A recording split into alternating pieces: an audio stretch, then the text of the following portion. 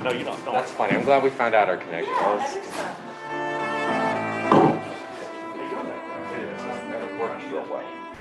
Sometimes the room will be big enough. It won't be All right, fair enough. This one's laid out. Oh. Congratulations. Thank you, thanks, yeah, love it, that's right down there in the lobby. Okay, so good morning, everyone. We are going to go ahead and get started. I'm Warren Miller. I'm going to jump in front of the camera here. Just want to say hi to the folks that are joining us online. Welcome. We are here to have a strategic planning session for the TCC, and just really glad that everybody is able to join us. We'll go through some of the details of the agenda and logistics and those sorts of good things, but I want to turn it over to Juliet to go ahead and kick us off. So Juliet, we have microphones around the room, so you're good. You don't have to pick it up or anything. Just turn it over to you. Okay, awesome. Well, I just want to welcome everyone here today. Thank you so much for taking time out of your busy schedules to set some time apart aside to just reflect on CAMPO and where we're at today and where we want to go in the future, and thinking about our priorities and as our region is changing, how we shift and grow and react to those changes. So that's really it. I'm just excited to be here, and we have a great crowd, it looks like. So thanks, Warren. Yeah, thanks for this. And Chris, I'll turn it over to you as well. Yeah, just a welcome for me as well, for those who are able to make it in person and for those of you online. If this is anything like the executive board retreat, I think it'll be a very good day. Lots of good stuff to talk about. Very interested in hearing what you all think about what we're going to be doing moving forward. We've got some good direction, I think, to start us off with from the executive board. So looking forward to a productive day.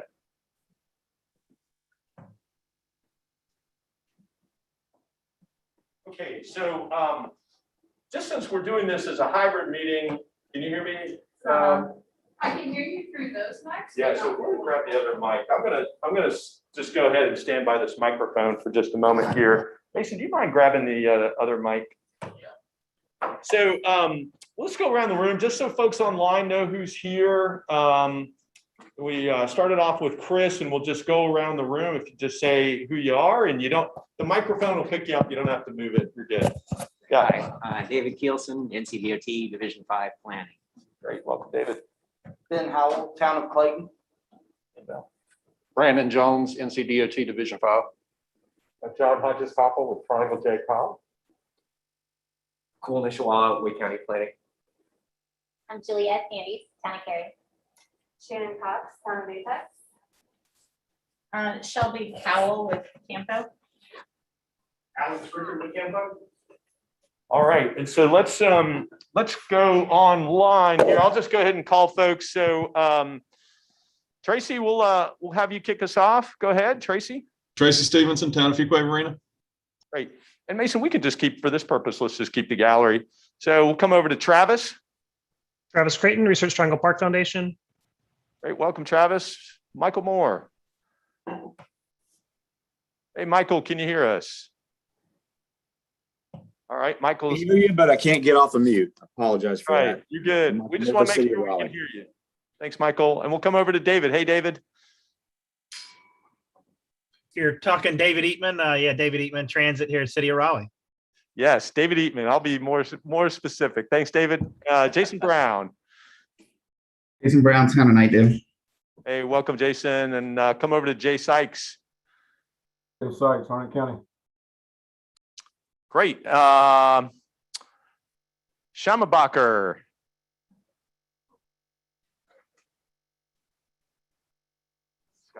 Scott. Hey, Scott.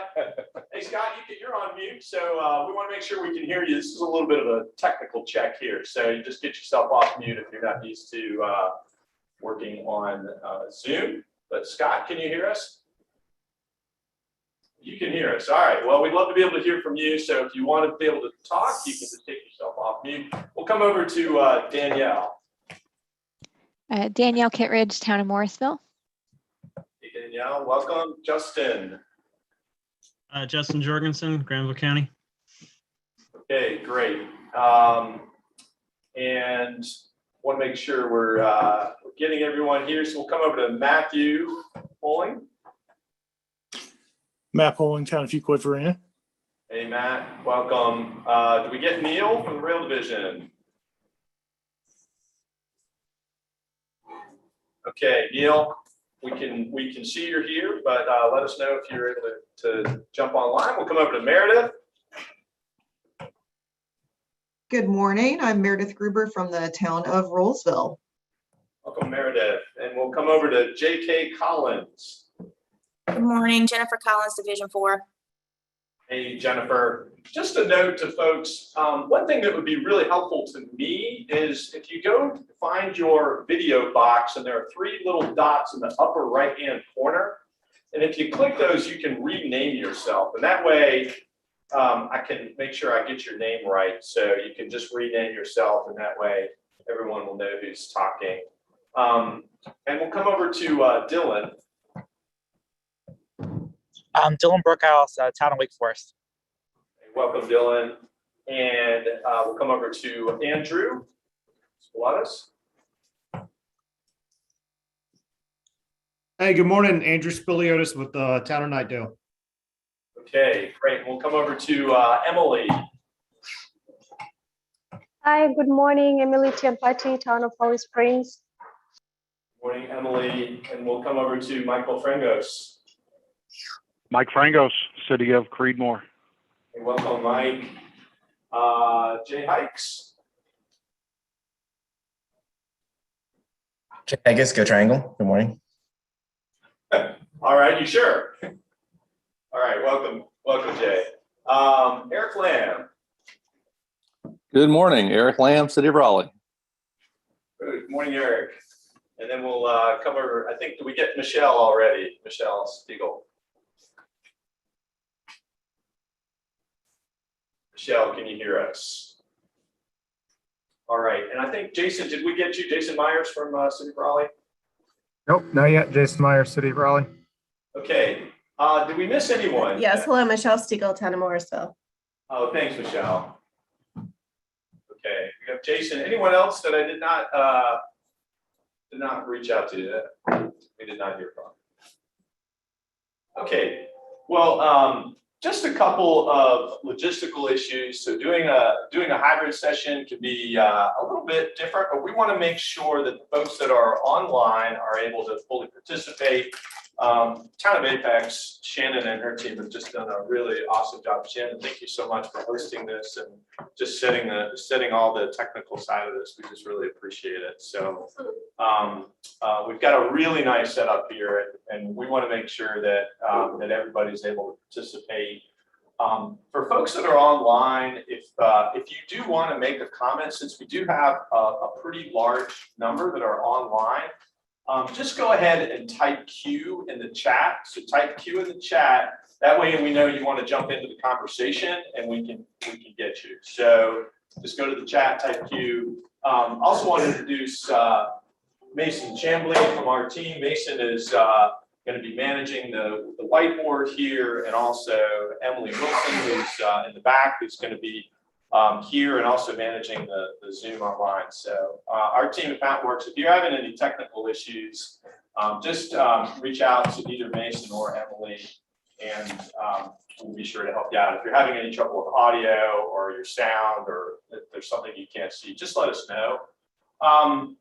So to the agenda and what we're going to do over the course of the session today, this is your chance to help set the priorities for CAMPO. We have had a chance to conduct interviews and surveys about how you see the world today, how you see the region today that you're operating on, how you think CAMPO is doing, getting some feedback on what you think the priorities ought to be and what operational issues that you think are important to address. But this is all about what are the things that are most important to focus on going forward. We had a retreat with the executive board 2 weeks ago in this very room, so there's still that sort of good energy from that session that's with us. Really good discussion and a really engaged executive board, and they helped set a framework for the conversation today. that we want to build on. So the way the strategic planning process is working is we've had a chance to interview folks ahead of time, and then we were able to have this session with the board, and the board shared their thoughts about the current state of things. They shared their thoughts about the vision and the impact that they'd like to see CAMPO have. They shared their ideas about what they think are the priorities. So today is a chance for you all to take a look at that and check that and say, what are they missing? Is there something that you think is off track? And the second part of today is, for those things you think are important to get done, how do you get those done? So the executive board, of course, doesn't know how to do these things or what are the details. Your role here is to really dig into the details. How do we get some of these things done? So coming out of today, the CAMPO staff is going to then take your work as a TCC and then be able to build out the strategic plan. So that's the way this process is going to work. So we'll have another chance for folks to take a look at this as it goes forward over the next couple of months. Chris, let me just ask, is there anything else about the process that you want to make sure folks know about, or anything about the executive board session a couple weeks ago?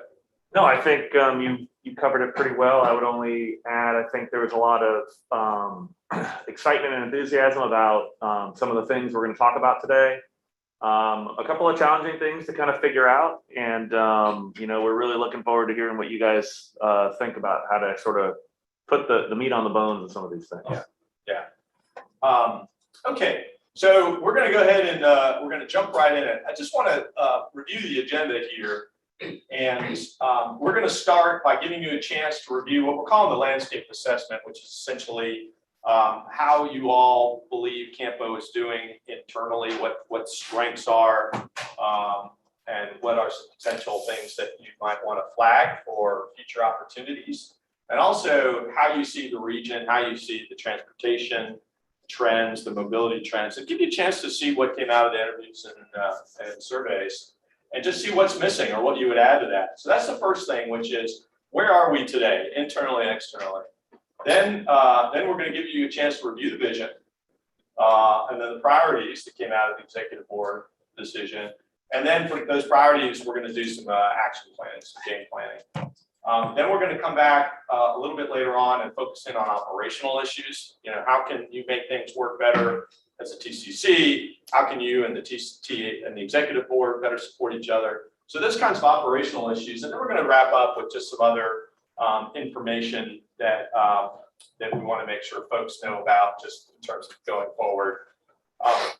We do have this session till 3. Don't worry, we are going to take breaks, even though they're not in that agenda. So we're going to take, I know that participating online virtually can be tough, but we are going to do some breakout sessions for the folks that are online. So we'll get you engaged, and we're going to make sure that you also have some breaks. We're going to take 30 minutes for lunch. We'll have lunch here, and we'll also take some breaks in the morning. So if you need to check emails and those sorts of things, we'll be able to do it. I think that covers what we want to do, just logistics here in the room. We're going to keep our masks on. I'm going to go ahead, for the most part, just keep my mask on throughout the day. And we've just got restrooms just out the door to the right. Any other logistics in case of an emergency, Shannon, that we need to know? Ladies is actually to the left, men's to the right. Okay. Follow the exit signs to the stairwells. They're hard to find, but they're in every corner. Also, if you need to step outside, you're welcome to do that out there. Just let me know if you need anything. I'll try to help. Yeah, thanks, Shannon. Okay, any questions about what we're doing today?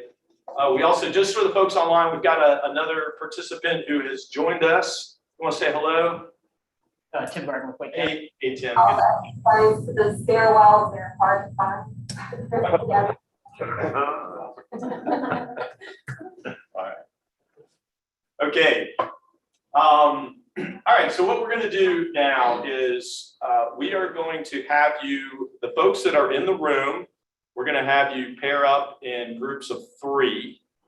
And we have a handout for you. And on that handout, it's on your desk. And for the folks that are online, we're going to chat this out to you. So you'll get it. You'll have it chatted out. And this is a summary of what you all said are important trends and issues to pay attention to. So these things that you think are going to affect mobility and affect the work of CAMPO. We broke it down by what the executive board said and then what the TCC said. So we want you to look at this and ask yourselves, what would you add to this? What would you modify? What would you clarify?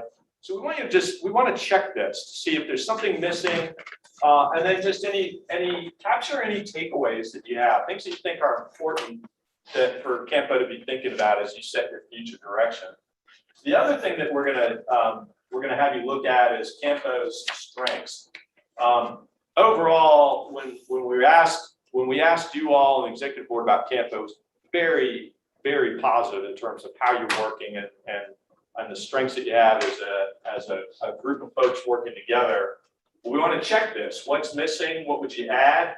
Have you take a look at the executive board versus the TCC, and just look at that and just let us know anything you'd add or any other insights that or takeaways that you would have from that. So we want you to look at these two things, and we're going to put the folks online in breakout groups.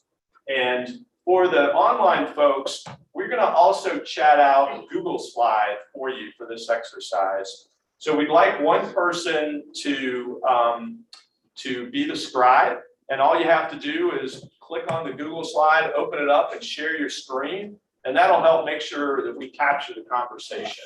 So we've got some Google slides set up there, and Emily from our team will be available to assist you if you have any questions. So again, if a breakout, we're going to put you into some breakout groups. One person to be a scribe, share your screen, and take some notes on the strengths and on these trends and issues. So we'll give you about 15 minutes or so to make sure you have a chance, and then we'll come back and we'll have a conversation about that. So with that, I'm going to turn off the mic here in our room. We're going to put the folks online in breakouts, and we'll see everyone back in about 15 minutes.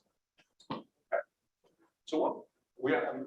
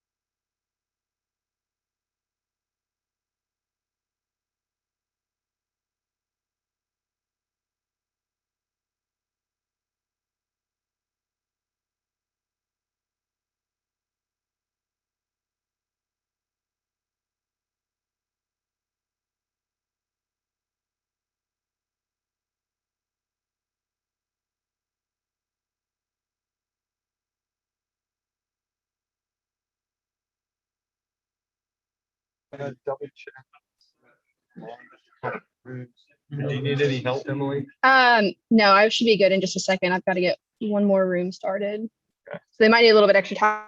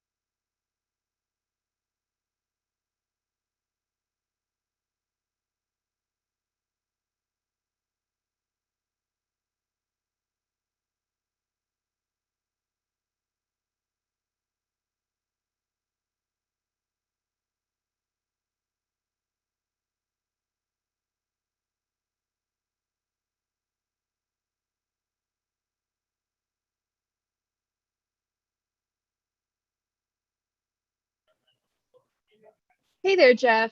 Can you hear me?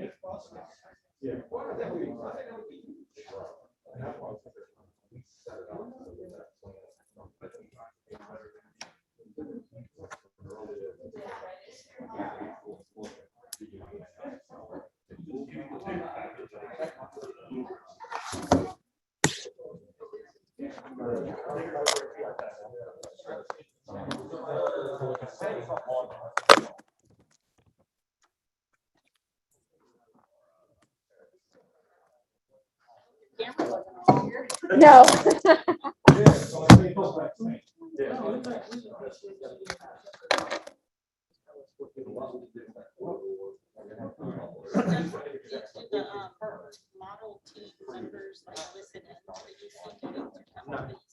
Some of them do. Not everybody, but some do. Beyond Pain does. We've had to, in the years past, have to tighten up. We're going to do 2 more minutes. Control the process a little bit because some model team members had a habit of thinking it was a bicameral decision-making process, and B, remember back when Vivian was the chair of the TCC at the time, there was a TCC member who decided to get up and just start talking during the executive board meeting. Not the cat off center. Not really. I know who you're talking about, but I don't really remember that. This one over here. See your phone, see it open over here. Oh, it's a little better. Can I do that? Yeah. This morning. As far as the model stuff goes, it doesn't matter what structure we set up. If the individuals involved are not going to respect that structure and process, it doesn't really matter. That's what it comes down to. Well, that's what I mean, but it's there must be like an.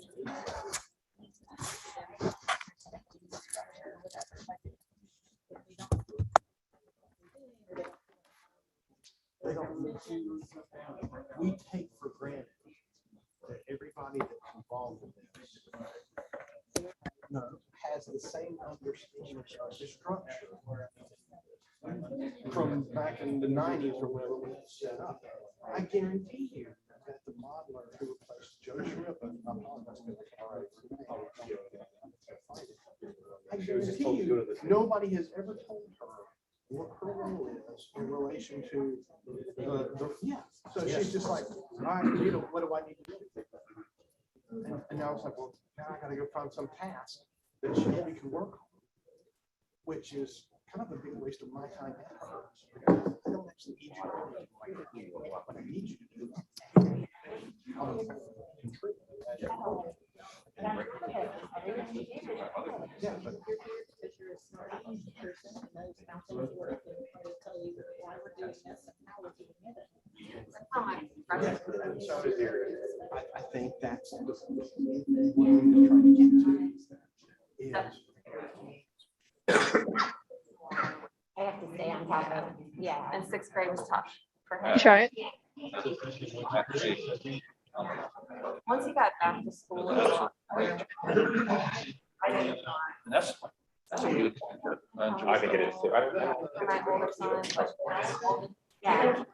yeah, so I'm like,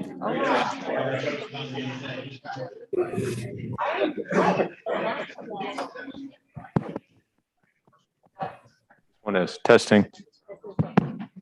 Okay. Yeah.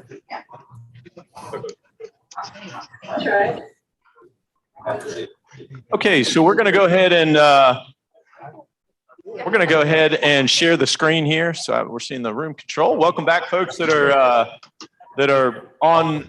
have been participating virtually. And what we want to do is we just want to start with the trends and issues. So, again, the idea of this is to be able to, say what are those things outside the windows that we ought to be paying attention to that we think are important that could have an impact. What's happening today And what we'll do is I'm going to start. We're going to go ahead and we're going to try go to ahead and share the screen here. So we're seeing the room. Okay. So just want to make sure. Does that work? We all set with that, Mason? Yeah. Okay. So I just want to open it up. We'll start with the folks that are in the room. And then if folks online want to participate, want to jump in, just type Q in the chat and we'll make sure that we call on you. So when we think about the trends today, really just want to open it up. You can share anything that you'd like. If there was something that was missing that you'd add, or just insights that you had, opportunities for CAMPO. But when you looked at this list of trends, what's important? What is it that really jumped out that you think you ought to be paying attention to as an organization? So open it up to really anyone who wants to get us started on the trends and issues. What's important to pay attention to for CAMPO? What'd you learn?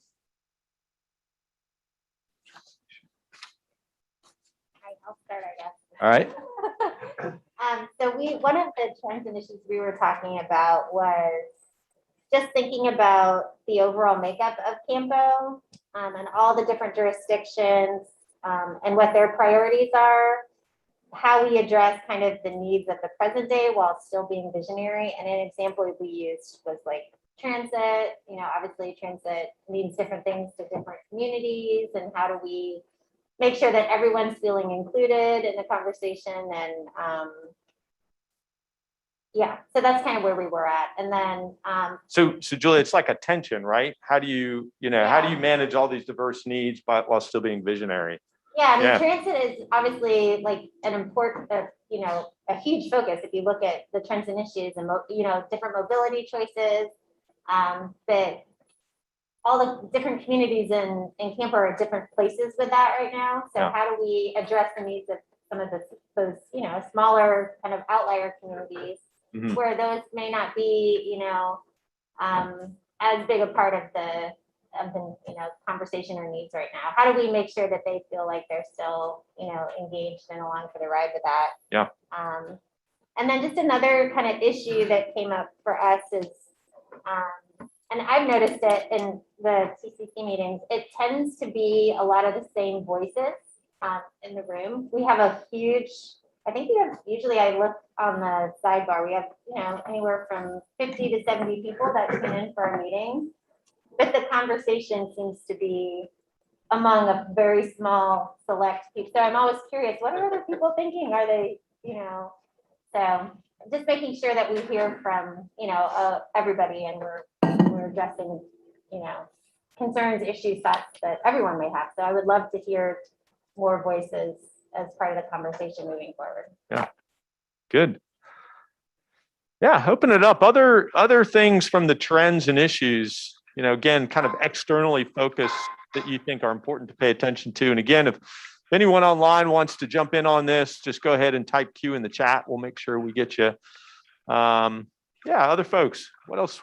Yeah, go ahead. Oh, and just go ahead and say your name just real quick for folks online. Ben. Yeah.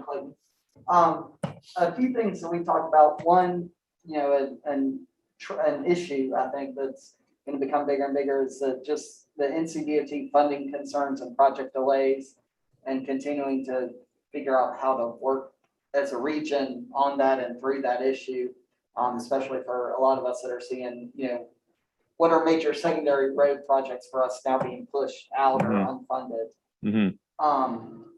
One thing, a couple other things, further expansion of CAMPO boundaries due to population growth, especially into Johnson County, and then also I think even Alamance County potentially, or well, not Alamance, but Johnson County primarily on the east. And just, how we continue to handle that and make sure that CAMPO does, stay regional, but, and address the areas where we're going to see most of the traffic coming from. Yeah. And then thirdly, expansion of transit funding beyond Wake, Durham, and Orange counties. Particularly thinking about, again, Johnson County, we don't have a transit sales tax, but we have both BRT and commuter rail planned for, coming into the county. So how do we handle that? There's state funding associated with it, but, Wake County has a Wake County transit sales tax funding to address operations. we currently don't. So Yeah. how do we handle that moving forward, and what is their role, or what role can CAMPO play in addressing some of that issue? Yeah, thanks, Ben. Yeah, so let me, Michael, go ahead and jump in with your thoughts about the trends and issues or comments folks have made. So thank you. Yeah, one of the things that came up in our conversation in our group, and I want to thank everybody in our group for their participation in a pretty lively conversation. Similarly, along what Ben was discussing with the expansion of CAMPO boundaries, was just that kind of interaction with DCHC and how it's a really great, it seems like a really great working relationship with them right now. But just how that works as we continue to grow and the regions get more and more kind of intertwined is just, I guess, a topic for discussion about kind of how does that collaboration continue, or is there a point in time where it's a merger or something like that, and what do we think that looks like, and how do we plan for that so it's, a good, maybe again a good merger, not a hostile takeover or something.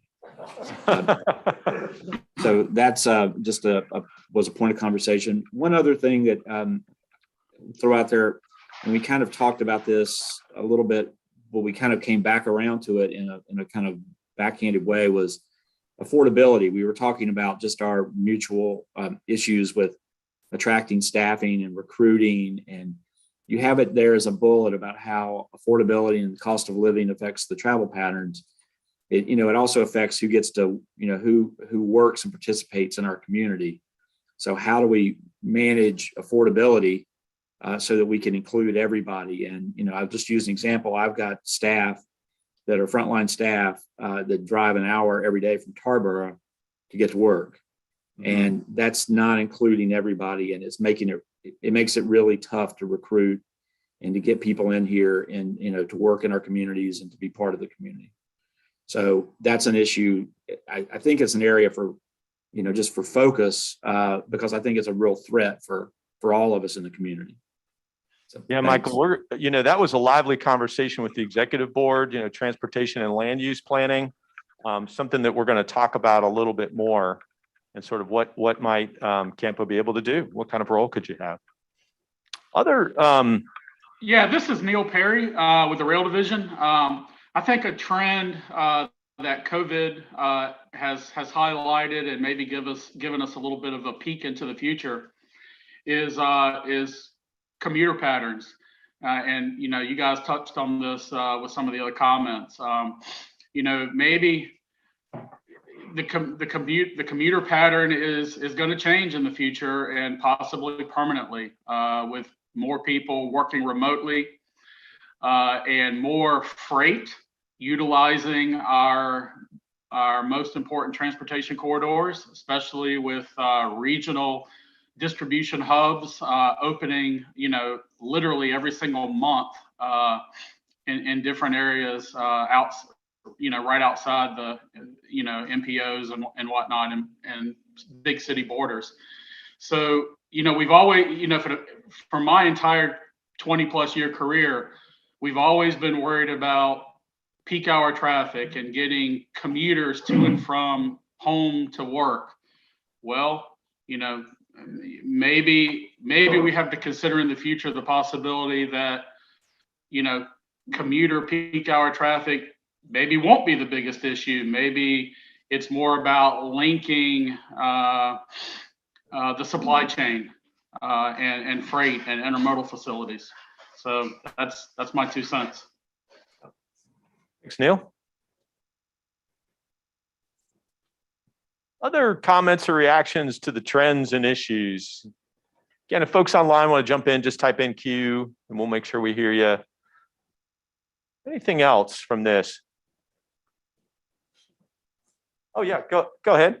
Yeah, this is Brandon Jones. I think one thing as we reviewed what's been written here, especially with the mobility trends, is just try to drill down and get more specifics. Increased overall mobility. One, how do you really define mobility? What is an increase? Is it an improvement? An increase of options? And the same thing from the executive board. Challenging pockets still exist. Is that pockets of corridor due to congestion? Is it pockets of funding that are challenges? I think it was more, that was intended to be more around, they talked about their overall mobility hasn't become worse. There are some areas where there are some problematic congestion areas. So that was what they were talking about around mobility specifically. And then, realizing that we're not going to build out of congestion. There's going to be congestion. So how do we make the best decisions, realizing that we're trying to implement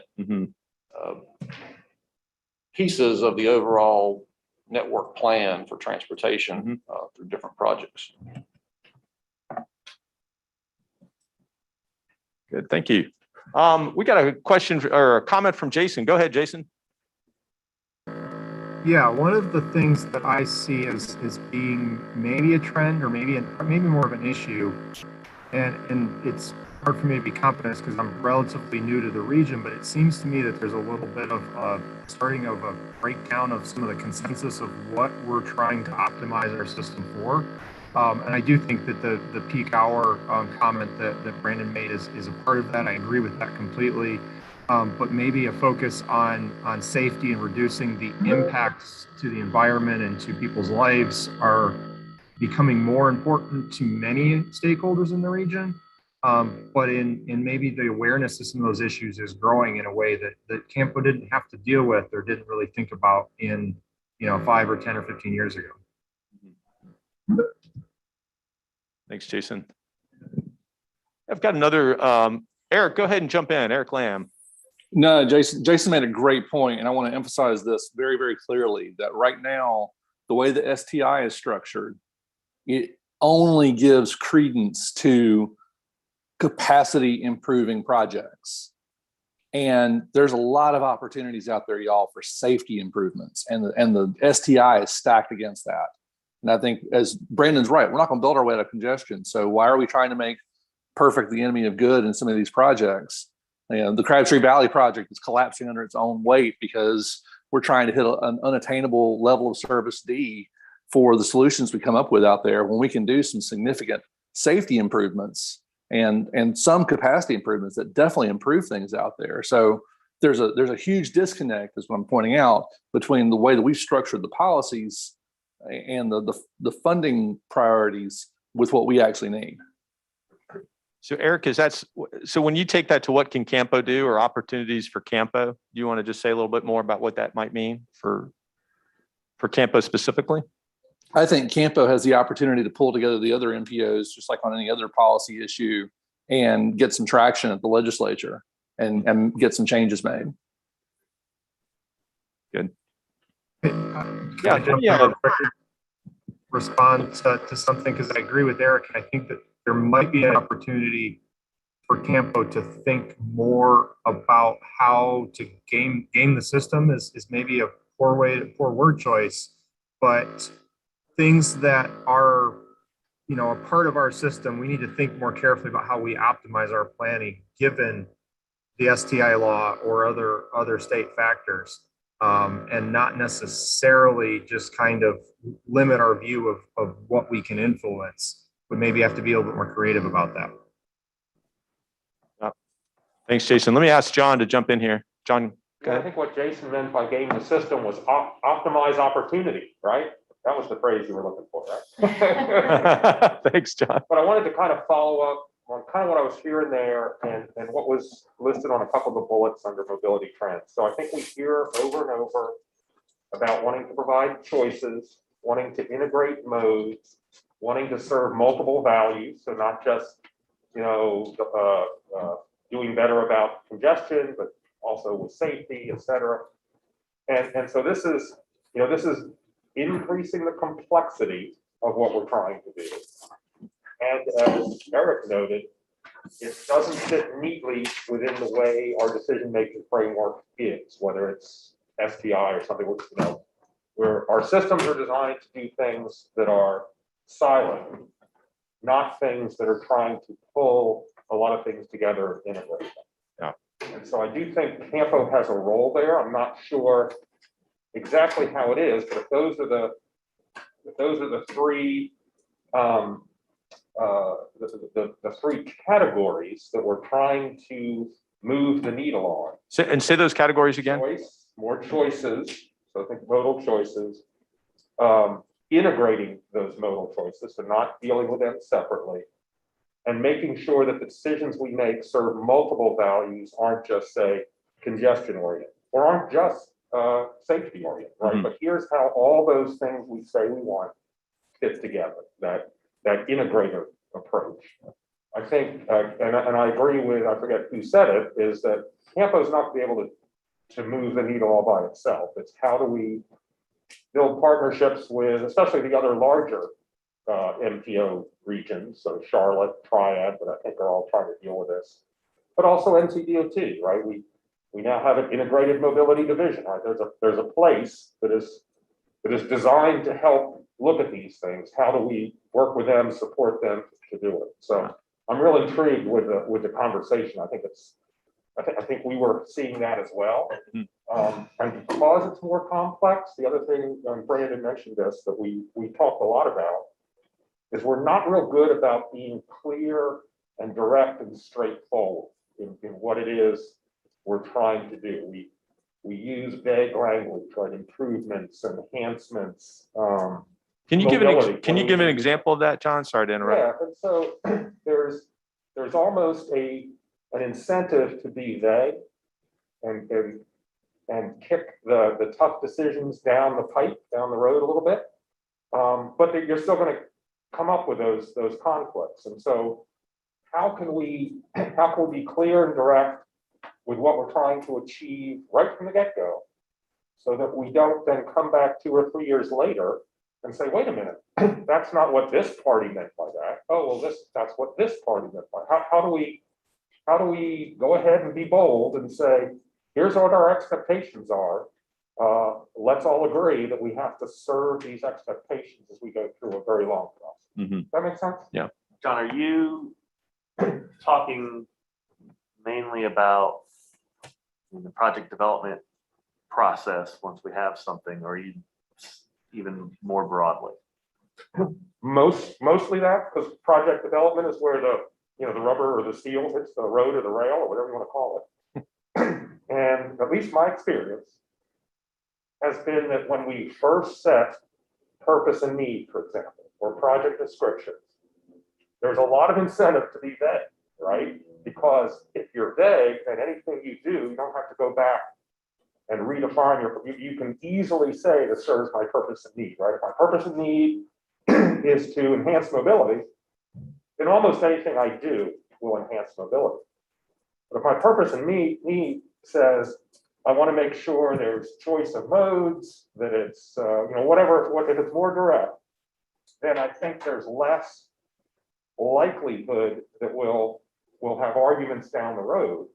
But we will have to have those expectations set up front. And if we can't meet those expectations, we will have to redefine. But I think that's okay.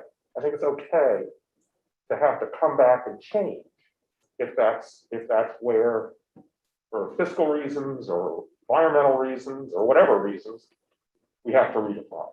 But two thoughts on that. One, I mean, you're kind of describing what you've talked to me about as your term sheet idea for a project, right? Yeah.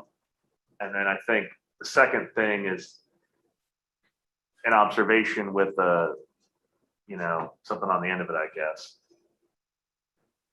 Historically, whatever we've got put into a project that goes in and gets funded, all of that gets, the focus when it gets into project development is on the road element of it, right? The mobility, basically traffic, frankly, and then safety element. With everything else, sort of, we'll deal with those later, right? Whether it's other modal elements or even ITS, right? And those kinds of things. Those are pushed to the very, very end of the process. And I mean, I think in terms of projects, it sounds a lot like what you're saying is let's put those front and center and keep them front and center along the way. And that, right, I mean, there's definitely a role for a lot of folks in CAMPO, not just staff or the board, but the actual individual members and their local counterparts. I mean, we've got projects right now where I know the department or elements of the department, not Brandon actually, or Division 5, and I'm not saying that just because you're in the room, but they are actively working with the locals to try and convince the locals to do something other than what's been articulated to them as what's desired for that project by, frankly, CAMPO staff in project meetings. I know that's actively happening right now. So making sure we're all on the same page about this stuff and frankly holding, sort of holding that common ground on it is going to be really important, because that has happened a lot in the past as well. And it's kind of like, well, okay, if the locals really don't want that, how hard are we going to push for it as a regional entity? So, but having said that, now there is a lot of work that this NPO, the individual members, and frankly, all the other NPOs have to do with the department, particularly within the various units that kind of fall under project development. Because a lot of what we've heard from you all that you all want in projects, it isn't at the STI level, right? I mean, one only has to look at the US 1 North project. Everything in the plan was submitted through STI and got funded. And almost all the stuff that is really important to the local jurisdictions and to the region has been, a lot of it has been screened out, right? During project development, or that's not part of the project. If you want it, you have to pay for it yourself. So that's the kind of stuff I think what I'm hearing from a lot of folks is we want to put that on the front end and say, no, this is what we're doing. Figure out how to make that work in NEPA.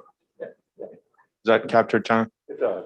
Being mindful of Juliet saying it's always the same voice as saying it. I'm sure you weren't. Oh, no, I wasn't. Talking about it. It's not that I want to hear less from the people that talk, I just would like to hear more from the people that. And the reason I bring this up is I do think right now we're seeing this concern on many of the larger projects. So so US 1 on the CAMPO side, 15501 on the DCHC side, and US 70 that spans them both. So we have these major corridors, they're key important corridors, and all of them are kind of getting gummed up, I think, because expectations weren't super clear from the get-go, and then they get things dribbled away as they move through the process. Yeah. Does that make sense? Yeah. I want to, Jay, go ahead. You had a comment on this. Go ahead and jump in, Jay. Yes, and I think this builds on what John and what some of the folks from Raleigh were saying. This is twofold, just to put a pin on these. And I don't know if there's an insight or an opportunity or both. But I think the first is that safety for all users really needs to be at the forefront of all project design. I mean, particularly for vulnerable users, and that I think that's something that we as TCC and as individual project sponsors and as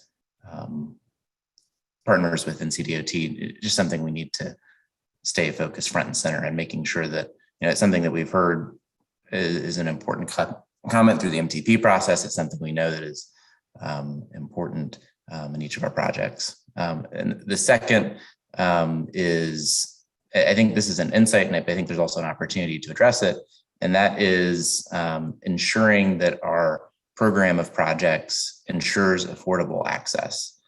So making sure that folks who are unable to afford a car or who are able to have an option to reduce their vehicle ownership still are able to access opportunities for education, workforce training, and employment. Because right now there is a significant disparity in our region, and most opportunities require that purchase an ongoing expense. Thanks, Jay. I think we have an opportunity to analyze that more in our programs. All right. Anything else that you want to make sure you put on the table here for this part of the conversation? We're gonna keep this information, this conversation in mind as we go forward today. But anything else? I think what we're gonna do, just we had a chance to take a look at CAMPO's internal strengths, and we're going to focus a little more specifically later on operational issues and opportunities for CAMPO. So we're not going to dive into this in a lot of detail, but if there are just a couple of thoughts that folks had when you looked at strengths, anything that you wanted to share, we'll just take a few minutes now. We'll come back to this later, but anything that really jumped out at you when you looked at that? Any surprises? Anything you think is really important to flag for the group?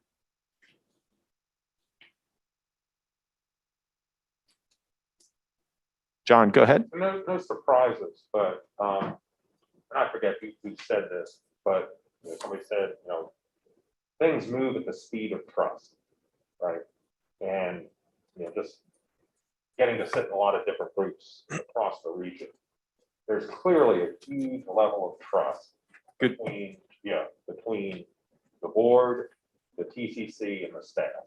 And so my impression is that things can, nothing moves fast in transportation, but things are able to proceed here, despite all, things that are constantly buffeting our decision.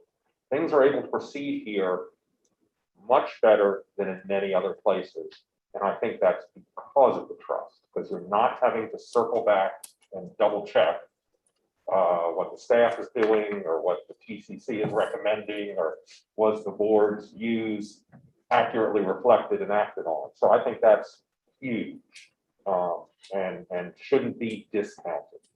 So that trust that is built up, right? Huge number of relationships in CAMPO. And that's key, because if it isn't there, things will bog down very quickly. So, I guess I would just ask all of you online here, what is the secret to CAMPO's success on trust? What is it? You've got different people sitting around the table here than you did maybe 5 years ago. You've got different elected officials that are on your board, different, staff. I mean, what is it that you're doing that is enabling you to have this trust? I mean, what is the secret to this? Because it came up in a lot of conversations. And how are you able to do this so that you can make sure you keep doing it going forward, keep having trust?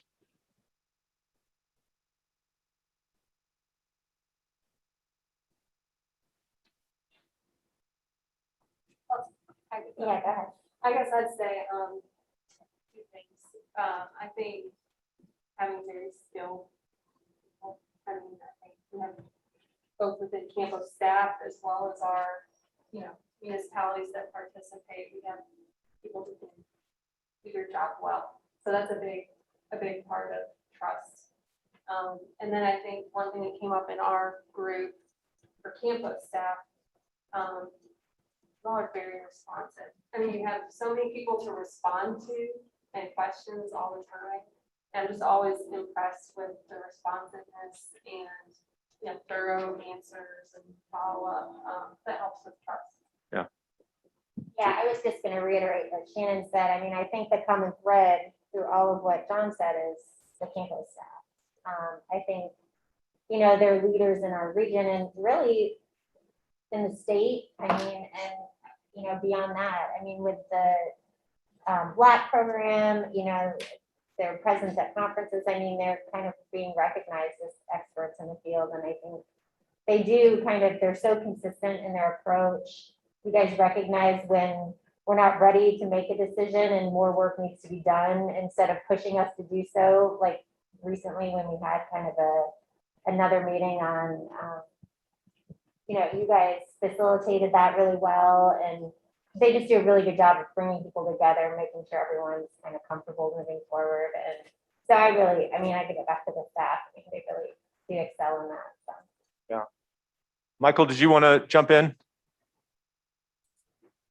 I did. I would throw in there, I think there's a high level of collaboration that exists, particularly with staff and amongst the members. And I think that is, I came here from another community, and I will just say the level of collaboration here is unique in my experience. And I think a lot of that goes to that CAMPO is really communicative. I mean, I think someone talked about the responsiveness, great at guiding folks, but just the level of collaboration and the level of communication that we all share, and that CAMPO sort of acts as the catalytic agent for that, I think is one of the reasons that I think they're successful. Thanks, Michael. All right, John, go ahead. The only other one I'd add to that, and again, I think I can never think of a time when CAMPO staff has been defensive about something, right? So they will say, here's what we think, here's how we think. Here's what we think, here's why we think that. But they're not, they're willing to consider other ways of doing something or another way to look at it. Yeah. It's we're bringing our expertise, but we're not defensive about it. And that's a cultural thing that is rare in an organization, and especially in a technically based organization. Yeah. And so I wouldn't undersell that, and the others, which I think Juliet mentioned, is, they're willing to work a little harder, try and find something out, take a little more time to explore it, if they're hearing from their constituents that they're not ready, or they're unsure, or they need a little more. So, so I just think those are very, very important for the successful operation of a group like CAMPO. Yeah. So we want to shift over, Mason, if we could shift over to the vision, just shifting gears a little bit. So let's zoom in on this a little bit. Had a chance to talk to the executive board and said, well, what's the vision look like for CAMPO? And so when you think of vision, it's both the vision for CAMPO as an organization, but really the impact that you're having on mobility and transportation. So this, you have a vision statement here, which is what you've used to put words to this. And this graphic, if you can show the graphic next to it, Mason, just on the center of the, if you can just scroll over, there we go. These were some of the things that came out of the conversation with the executive board that we want to just go through. Vision of having a holistic view of transportation, and then some of the aspects that they talk about. Holistic meaning thinking about land use, thinking about cost of living and affordability. Warren. Oh, I'm sorry. Your mic is out. Oh, goodness. Okay. Yeah. Sorry, y'all. Sorry, I apologize. My mic went out. So just these are the themes of vision here. I'm not, you can read it. I won't go through all of these here, but this is the vision that the executive board came out. And I think the question for everyone here is around, what do you like about this? What's exciting? What's inspiring to you? And is there something missing, or something that you just think is off base? Because the idea of setting a picture of, what are we trying to get to? What's this impact? What are those values that we have look like when they're put into action, is a really important part of then deciding, what are the most important things to focus on going forward. So this vision here is something we just want to spend a little bit of time before we start talking about, okay, what do we need to do over the next 3, 4, 5 years? And I'd just like to open it up again to folks either online, if you want to put in a queue, if you've got questions or what you're excited about here that you see up on the board, or something you think is missing. So we'll go ahead and open it up. Just take it. I'll tell you what, we'll just take just a moment to look and read. And then if you're ready, go ahead and share any feedback that you have.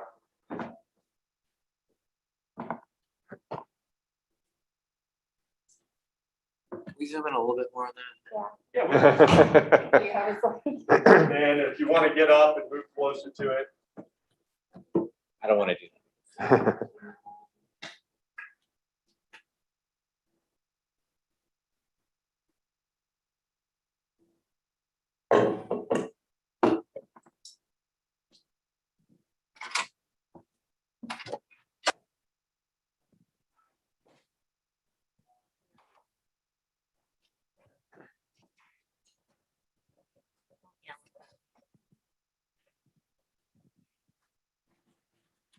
So let's go ahead and do this, because there's a tendency when we take a break for people to start checking emails.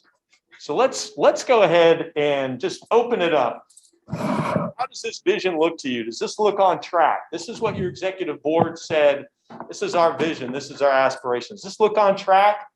Folks in the room, feel free to, if you want to move a little closer to read some of the fine print, if you have questions.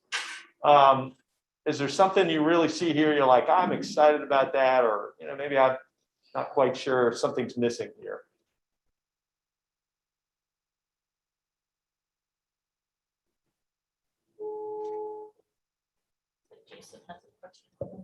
Yeah, go ahead, Jason. I'm going to largely repeat what I put in the chat, but I agree with this in a lot of ways. But it doesn't ever say anything about speed or lack of congestion, or even managing congestion, which is often a way to kind of be intentionally vague about excuse me, about our intentions. But I also point out that I don't think that this vision is proportional to what the project investments in our region are. And sometimes that's because we don't control everything about those project investments. But the two outcome-based things that are in here that are maybe not as much focused on process is equity and safety, not about congestion or speed or any other maybe more transportation specific outcomes. Hey, Jason, just to make sure I understand, when you say speed, you mean speed of traffic. Speed of traffic. How fast can you get from one place to another place?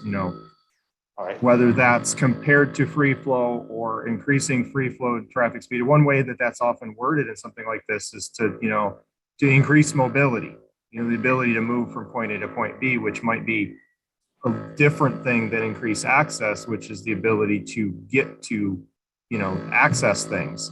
And there's different approaches, and those things can be intentional. Yeah, really good comments, Jason. Thank you. Other folks want to jump in when you look at this, something that you see missing or something you really like.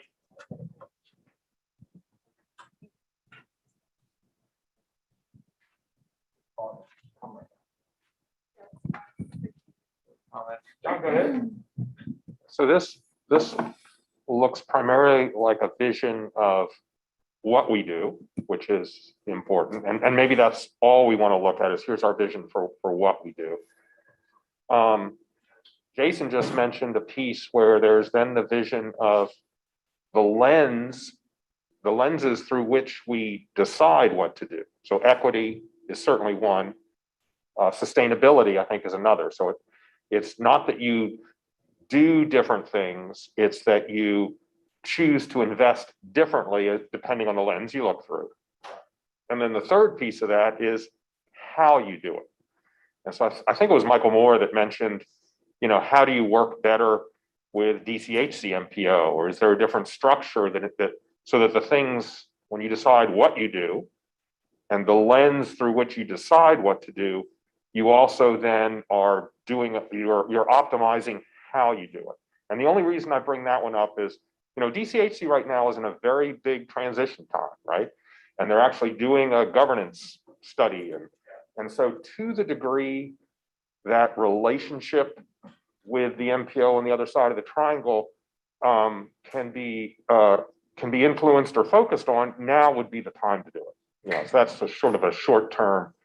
Are there opportunities that CAMPO wants to weigh in on? And I don't know if there are or what those might be, but the timing is appropriate. So John, maybe kind of reworking this, reframing it. So I think the three things that we captured is around the outcomes that you want to achieve, which you kind of have here. The lens that you're viewing that you're using to drive your decision and your Yes. outcomes, and then for how you're working as an organization. So that To may be achieve an them. opportunity to kind of rework this a little bit. Or supplement it. I mean, I think I like this. But this is primarily around the what. Yeah. Yeah. Thank you. Any other, really helpful, any other just comments, reactions? Is there something that it just gives you pause? Something that you're really excited about? So this is your executive board, your elected leaders, Tim? Yeah, so this is new from the retreat this year, right? Yeah, that's And we right. haven't seen something like this before.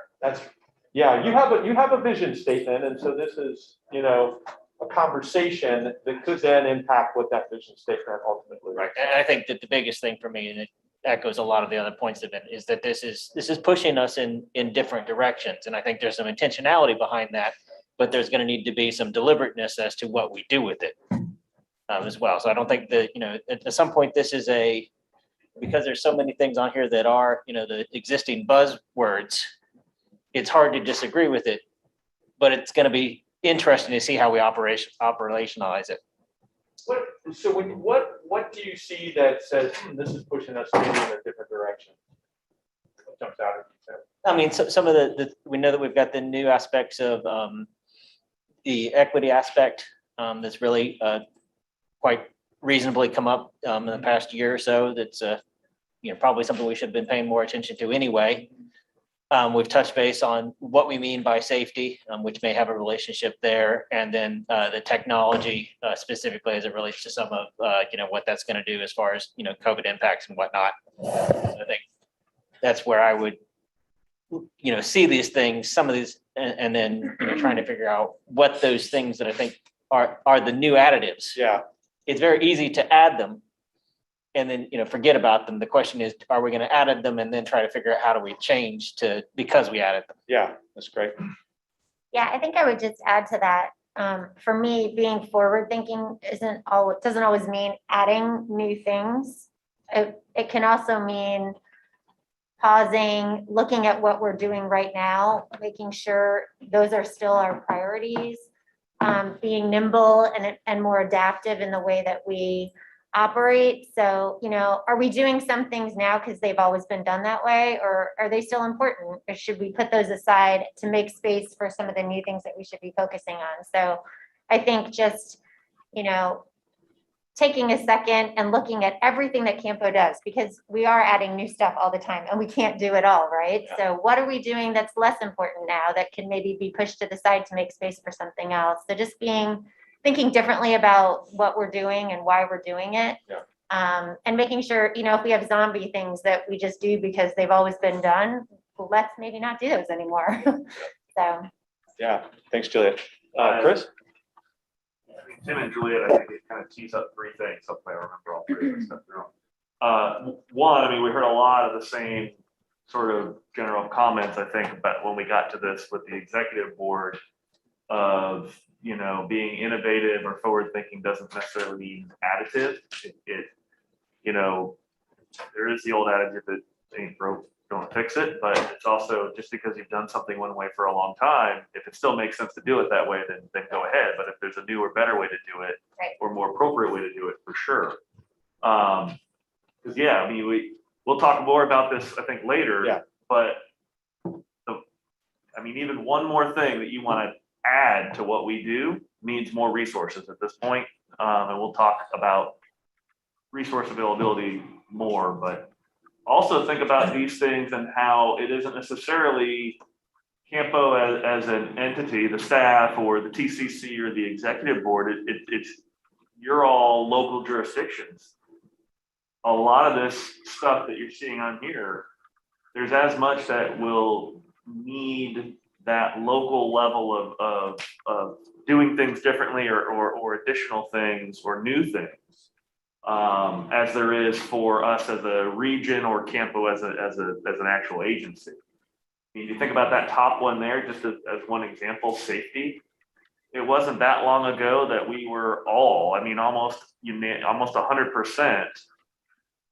Yes, let's raise the speed limit on all of our freeways to 60, from 60 to 65. Let's do it. Makes sense, yes. We've done that, and it's not only because of that, but there's a very strong correlation between increased speed and safety issues.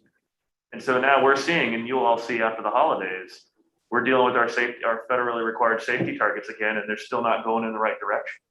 So to that circle up there, we're gonna very soon have some conversations about what can we do, not just what can the department do to impact some of those circles there. And they might be some things that we're gonna have to think about very differently. I'm not saying we should absolutely lower the speed limit, but I think that's some of those things that in the very recent past, we've been very much in favor of. We may have to rethink that and turn it on its head. Good. Thanks, Chris.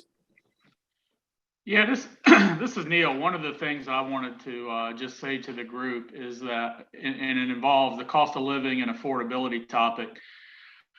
When we talk about that, I always try to keep it in the context of a positive attitude and a positive spin. You know, the opposite of that would be, you know, the best way one way to drive down the cost of living and improve affordability is for all of us to do our job so poorly that nobody wants to live here. So I just encourage us to be careful how we use that, you know, throw around cost of living and affordability. So be careful about how you use that. Okay. Yeah, go ahead. I just have a question here, and I'm getting into areas that a lot of people here know more than I do about, so maybe people can help me out. But we're talking about our vision for the future, and wondering to what extent is that a vision for the future of transportation with a land use element, or is it a vision for the future that's I don't know, more fully integrated in terms of that transportation and land use, what communities look like, because obviously the two are very dependent, and to what extent can we keep the two a little bit separate, or do we need a really significantly higher level of integration? Yeah, I might ask, you know, Chris, do you want to comment on that?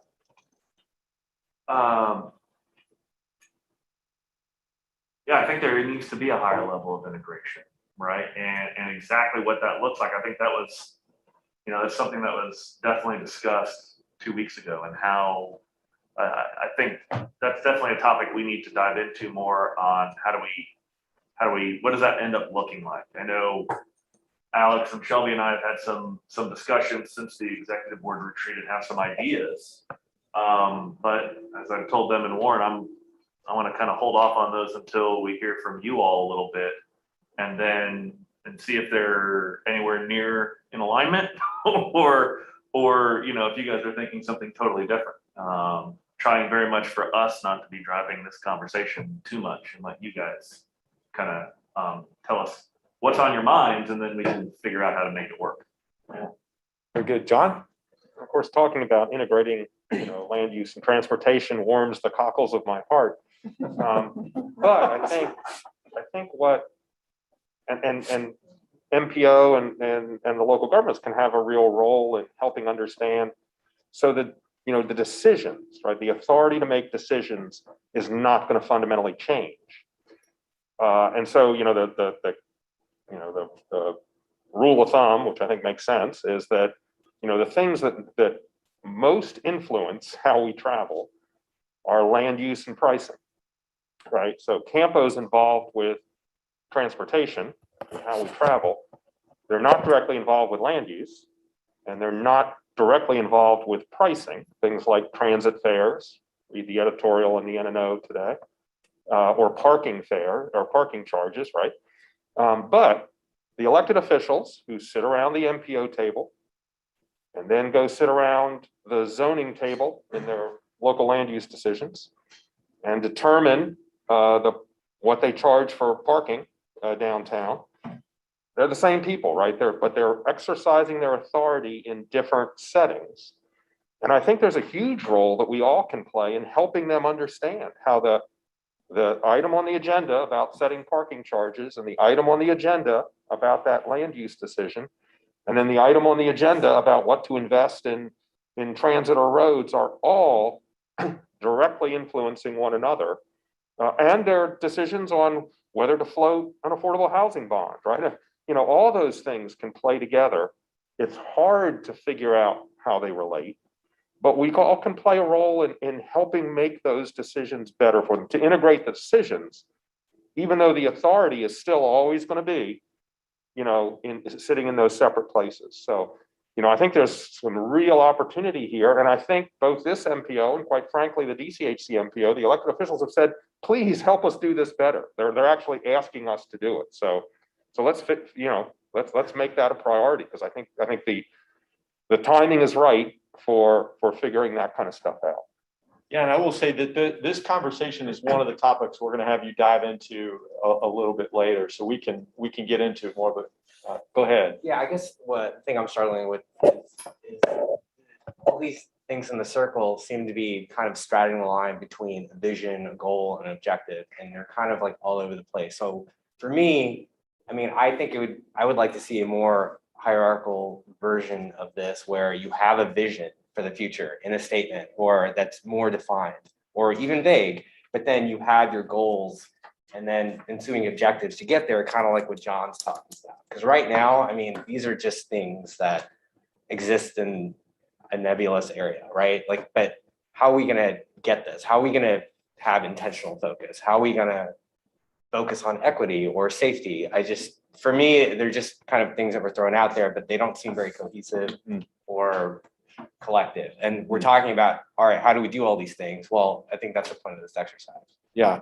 And so the point of this was to be able to say, what are the things that are important? And then from this to be able to then formulate that more articulate. Because if you look to the left of this, if you can scroll over, Mason, you have a vision statement. So this is going to help you decide, does that need to be adjusted? Does that, need to rework that? And it sounds like there's an opportunity to do that based on some of this conversation. Chris? I think the other thing I take for granted, because we have a good number of TCC members who have been around quite a while, including our last strategic plan update in 2015 timeframe.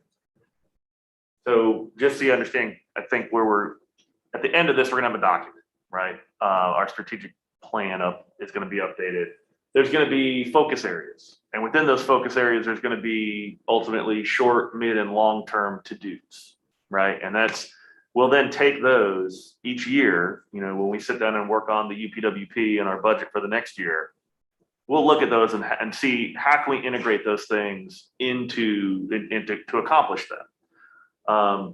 As we talked about that with the 2014, I think we were really successful in getting most short-term things done within a year even, and the midterm things done within a year to 2 fiscal years, and even most of some activity on the long-term things. Like one of the long-term things was more money. Like, yes, we want more money, but we can't completely control that, right? Those other things. So just to make sure we kind of level set with everyone on where this process is going, is ultimately a list of to-dos that we will then try to address over the next 4 to 5 years. But some of them could actually be longer, out 5 to 10 years, right? And we'll continue to work on this. So I hope that helps a little bit with understanding kind of where we're going. Okay. Let's go ahead. We've been at it here for over an hour and a half. Want to give, we've got one more cue. Jason, go ahead and jump in. You'll be our final comment here on this part of the conversation. Go ahead, Jason. Thank you. So one of the things I think the question is, what is this missing? And I don't remember who the last person was who said that this is kind of a lot of stuff, but it doesn't necessarily fit together. One way that the vision could be more concrete is to articulate a hierarchy of needs for transportation. What is most fundamental that should be the most important priority? And then the next things on top of that, whether that's things that we optimize, things like safety, congestion, multimodalism, or whether that's based on the modes themselves. And, and the way I often approach transportation planning in the context of a city like Raleigh is pedestrians have to be first in that. And then other modes kind of are built on top of that because everybody's a pedestrian at some point. But there may be other ways to approach that too, where we say, what is foundational, what builds on that? And that might help make it a little bit more concrete. Yeah. Great. Thanks, Jason. All right. So with that, we're going to take 10 minutes break. We're going to put a timer up on the screen for the folks that are online. When we come back after the break, we're going to get into what are some of the to-dos that you want to really focus on. So with that, we'll take a break and we'll see you back in about 10 minutes.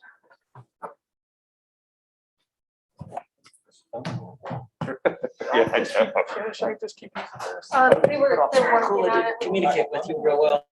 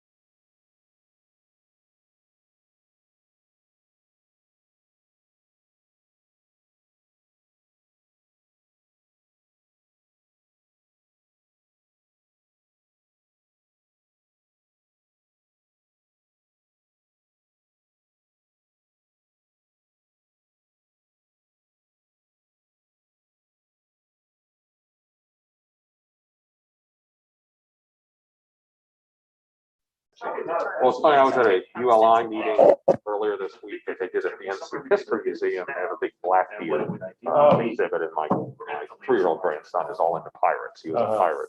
I sent that picture. Now I gotta send this to the rest of my Texas family saying, God, I cannot escape this stuff. What is a Philadelphia Eagles fan to do? And on the median, Derek did say he would go back. Hey, Chris, we're gonna go ahead and get started. Are we, Mason, is the mic on? Okay. Is this mic on? All right, we're gonna move over to the next portion of the conversation. So if we can just scroll over, let's go through the board there. Actually, let's scroll over to this one. And we'll start with the core functions and additional functions. So I'm going to ask Chris or Shelby or Alex to jump in here. This is something that you all already know, but just to remind you, your core functions, those things that you have to do as an MPO are there on the left. And then in addition to that, you are doing these additional functions. So area studies, hotspot studies, special studies, the lab program, your work as a regional and statewide partner and coordinator, local program and project support, training that you do to the executive board, to TCC, your mobility coordination committee, safe routes to school program, travel surveys, the STIP, and then your 2014 plan had these 4 strategic focus areas, which Chris had talked about, and you've had a set of activities associated with these. So you've got your core functions, then you've got these additional things that you're doing sort of above and beyond. And I wanted to, before we get to these additional priorities to consider, want to just make sure everyone is clear about what your core functions are and what your additional, see if anyone had any questions. Or Chris, anything that you want to elaborate on these? I think just at least one thing, that the additional functions column, in many ways, it's how we've decided to do some of those core functions, but they frankly go above and beyond sort of that minimum requirement to get that core function accomplished, right? So, when you look at things like a fair and impartial setting for decision making, and then you look in the middle column about training for the executive board and TCC, one could absolutely argue you need to do that in order to have that core function accomplished. But the reality is, a bare minimum is we've got a place and a time and a date that people get to come and sit down and we have an agenda, right? So not to say we only want to do that bare minimum, but it's just to recognize there are things that we absolutely have to do, and there's minimum standards for that. And then there's a lot of things that we do above and beyond that. And then even on top of those things, even more that we're going to be talking about considering. So, and as I kind of alluded to before the break, the more things we add or the more that we do within a certain area, at some point, we're going to have to talk about the resources to get that done. So just keep that in the back of your mind as you're thinking through this. Any questions about the core functions or the additional functions? This shouldn't be a surprise, shouldn't be new, but just want to kind of get it all out. Any questions here in the room or online? If you don't understand the yellow column, we're going to make you go to the CAMPO 101 coming up here in a few months. It'll be mandatory. All right. So then we come to the column on the blue column there, additional priorities. So this is what came out of the executive board session, priorities to consider. And so I'm going to go through these, and Chris, jump in to just add some context here. So one would be CAMPO, an increased land use and transportation coordination. It could be education, it could be coordination at a 50,000 foot level, not diving down into the weeds like helping on a site plan. That would be one of the potential priorities. The second would be continuing on with those 4 strategic focus areas of public engagement, partnering with others, educating elected officials, policy leadership, those things that you that you identified 2014, is there additional work for you to do? Is this something you want to keep doing? So the executive board said, yes, continue to do these. The third would be bike ped, providing outreach and support in making these projects more competitive. So it's not about funding bike ped projects, but doing some kind of coordination to help plan better for these kinds of projects. You know, what can CAMPO do to make this happen? The fourth area is a DEI focus. So for example, maybe it's establishing a DEI committee or a dedicated staff member to really think about how you embed, how you integrate DEI elements, values into projects, programs to make that happen. And then the fifth is CAMPO's role as a transit champion and coordinator, both locally and regionally. You know, what's the gap? What could CAMPO be doing around transit? So these are the 5 areas that came out of the executive board retreat. And what we're going to be doing in just a moment after some discussion here, just to clarify these is, you know, what would you see as the end goal of each of these? Kind of getting clear. What's the end goal? What are the gaps that need to be addressed in these? And then what do you see as either near-term or longer-term actions? So getting your thoughts on how to make these things happen.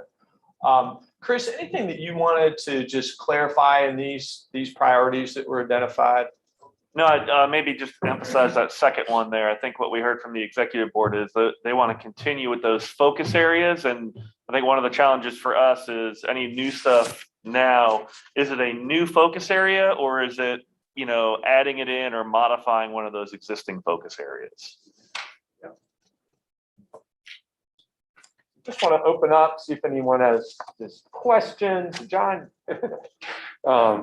So the only one I see that maybe is new is that sort of land use folks. So if I look at the 4 that are there, I think they're great. I think maybe the land use one would be a 5th. And then a lot of the other things is a little more maybe clarity within an existing one. So I think of DEI as a part of engagement, right? So it's not a new thing. It's an emphasis within the engagement, right? And similarly, and we made it smaller so that now I can't see very well. The other one, so the partnership, right?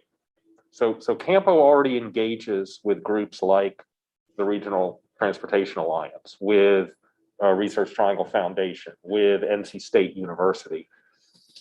My sense is that some of the major investments, and especially multimodal investments, I mean, think commuter rail or some of the others, the roles that places like NC State or the Research Triangle Foundation play in those, not just that they're around the table, but that they have a critical role, right, is going to be super important. So it's how to engage with them in a new, deeper way at a leadership level that I think might become important. So that was my take. Yeah, and so John, that might be something like, you know, just kind of thinking about what is it that CAMPO needs to be doing, you know, more of going forward that maybe wasn't, you know, part of the plan 6, 7, 8 years ago. I think we all do. I mean, I think CAMPO does these things, but it's maybe taking that next level step on it. Yeah. Shannon. So knowing that resources are limited, there's 2 on that list that to me are more effectively done at a local level beyond what's already being done by CAMPO in these areas. And those are the land use and transportation and the DEI focus. I'm not sure beyond what's already being done with community biz, inform, the MTP, beyond the area studies, and then the public engagement that CAMPO is already doing, what more would be effective at a regional level? To me, that's more local. But I agree with the continue to be active in the 2014 focus areas, especially where there's regional conversations and issues, I think CAMPO is in a perfect position to kind of facilitate and organize and work with different partners on those things. Chris, do you want to say anything about land use and transportation or?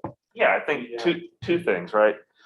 First is the executive board has made it pretty clear at their retreat that they have an expectation of something in this realm, right? Something beyond even what we're doing already. So I think today, I think it'd be very helpful for us to think through that a little bit. And what do we think that means? What do we think would be a good role for CAMPO to play in that realm beyond what we're already doing, or enhancing some things that we're already doing? I mean, some of the things you mentioned are technical, right? Either using technology like Community Viz to do a lot of what ifing, right? But even within that area, could or should we be doing more what ifing beyond just the once every 5 to 6 years that we come around to a particular area of CAMPO to do an area study, right? There's also policy stuff, frankly, I've heard some frustration at the staff level with our area studies where, now we've done 2 Northeast and 2 Southwest area studies, and we're about to start the second or the first update of the Southeast area study. Did I say that already? Southwest and Northeast, or Northeast, and now we're going to do the Southeast. Sorry. One of the things that's come out of all of those, right, is a set of recommendations within the transportation realm. So here's near-term, mid-term, long-term projects and programs for transportation improvement of some kind, safety, mobility, whatever it is, safe routes to school, whatever it is. Then there's a policy side, right? And every time we come around to do an update of an area study, we're looking, there's a part of that new scope to look at what have we accomplished in the last 5 or 6 years. And that, what has CAMPO done regional, both as an agency and as a region? What has NCDOT done? What have the locals done, right? And one of the areas we're seeing that not as much is happening as I think we would hope is in that policy area. So is that, that's, by the time it's all said and done, let's say that's $30,000 of a $500,000 study. Are we wasting our money if folks aren't going to take that back and then implement what they need to implement at the local level? Or should we be doing that differently, right? So I think we got to talk about that. Are there other things that we should be doing? With the executive board, we kind of talked about it. And as that conversation went on, we said, do you want us down in the weeds, sitting on individual review, site plan review committees at the local level? Shannon, folks online probably can't see Shannon, the look on Shannon's face. That was our look too. We were like, we don't want to be involved in dumpster placement or drive, or parking bays or anything like that. I don't think that that's the right place for CAMPO, and they didn't either. That was a good thing. I think they kind of saw it at kind of 2 levels. High level, let's say 50,000 foot view, right? And there's a lot of coordination going on. There's education going on. There's bringing folks together to talk about stuff and look at trends and other things. And I think that from a regional standpoint, if we're going to do something like that, it should involve DCHC as well. And that's probably a role that we bring and talk to TJCOG about, sort of facilitating that at that level with the MPOs heavily involved. And then there's something maybe a little bit lower than that, right? Let's call it the 20,000 foot level. And that might be something like what we're already doing in some areas, like the Council of Planning for US 1. Is there something like that we could be doing in other corridors, in small areas that we think are critical? TJCOG already has their core group, the Center of the Region Enterprise Group. Is there something like that we can be doing in certain areas that would be helpful, right? I mean, I think we got to think about, how do we do this? What's the real role for CAMPO here? And I think there is a space for us. It's just we need to kind of flesh that out and figure out what it should be. Yeah, I to add to that, Chris, I think, and I agree with a lot of what Shannon said too. This goes back to the whole one size does not fit all approach with the member jurisdictions, because we're all in very different places in terms of, some of this stuff. So yeah, I just think that, that needs more conversation to be effective, because it's a resource issue for you and it's a resource issue for us too, right? I mean, involvement means time and energy and resources on all staff sides. So I just want to make sure we're putting that in the right place. So. Yeah, I mean, and I think from the staff perspective, we want it to be successful and doable, right? I mean, And effective, yeah. and effective, right? And we want you all to feel like it's worthwhile, right? And that's why I've sort of gravitated towards those higher levels, where there's education and coordination, and then sort of that mid-level where, it's not CAMPO coming in the US 1 corridor. I don't think, Tim, you're on the Council of Planning for Wake County. I don't think we have anybody else in the room here that's on that, although Eric is on the line unless he's left us. CAMPO facilitates that group, but it's the local planners, right, that are the ones who are actually on the Council of Planning that do the work there. So that may be very appropriate in other corridors or other areas of CAMPO that we're interested in. Maybe it's the rail corridor, right? Maybe it's one of the BRT corridors. Maybe it's the Swift Creek area, sort of in South Central Wake County, that we want to, we know we have mobility needs to get and connectivity needs through that area, but we want to preserve that area's more natural, environment as much as we can. I don't know today what those are. I mean, we could probably sit down and map all those out. I think the purpose here is to figure out what does that tool look and feel like, and then we can figure out where to apply it later. And so what we'll be doing is we want you to do some thinking on these, and then we'll come back and we'll see, does this need to be reshaped, or is this really something that, should stay on the list? But just give you a chance to think about it. Jason, you had a comment here on this. Yeah, and maybe if I misunderstood and we're about to go into breakout rooms to have this discussion, I can hold that till later. Am I following along? Jason, we can't hear you right now. So what we're going to do is Emily can jump in a breakout room with you and we can figure out the audio. We'll come back. I'm sorry, Jason, we've got a technical issue with you. So we'll put you in a breakout with Emily to troubleshoot this. So I can hear him, so I think it's the room. Oh, you can hear him? I can't hear him. Okay, hang on. The folks in the Zoom room can hear you, but the room here cannot hear you. Okay. So what Okay. he asked was that he has a comment, but if we're gonna go into breakout rooms, he can save it. So he was asking. Okay, yeah. Okay, we'll do that then. So what we want to do is before lunch, give you a chance to dive into these priorities. And what we're going to ask you, what we're going to do is to break into 5 different breakout groups. And we're going to give each breakout group one of these. If you want to jump to a second one after you finish the first, you can do that. And the questions that we have for you are 3. One is, what do you think the end goal of this should be for CAMPO? And we're going to give you, for folks in the room, we're going to give you a piece of paper for this. For folks online, we're going to chat this out to you. But just to give you the instructions, we're going to ask you, what's the end goal? What are the gaps that you think need to be addressed, or the gaps that are currently existing? And then what is it that you think the CAMPO could do near term and longer term to address this?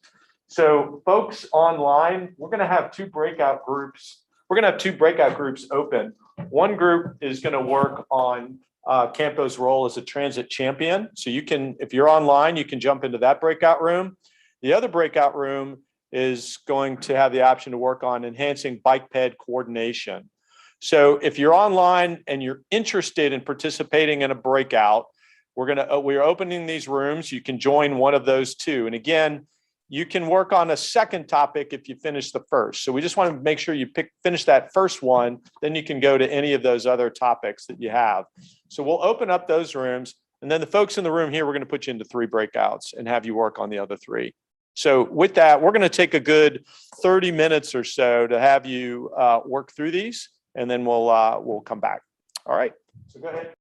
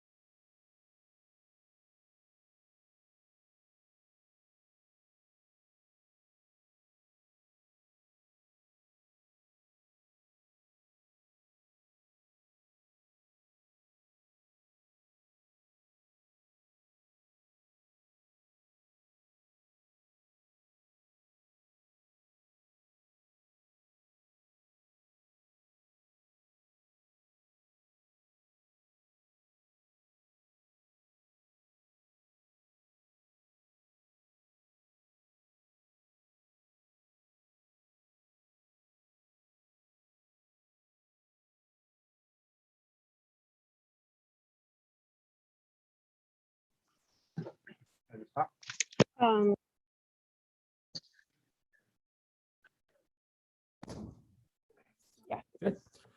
Yeah, so just want to welcome folks back. We are going to take 30 minutes now for a lunch break. So what we're going to do is we'll put a timer up on the screen so you know how long it is till we reconvene. And then when we come back, we're going to ask you all to just share a bit about what came out of your breakout group discussions. But really appreciate you taking that time, and looks like you got some good ideas captured. So we'll take 30 minutes. Hope you get a chance to grab some lunch, and we'll see you back in a little after 12:30. Thanks, everyone.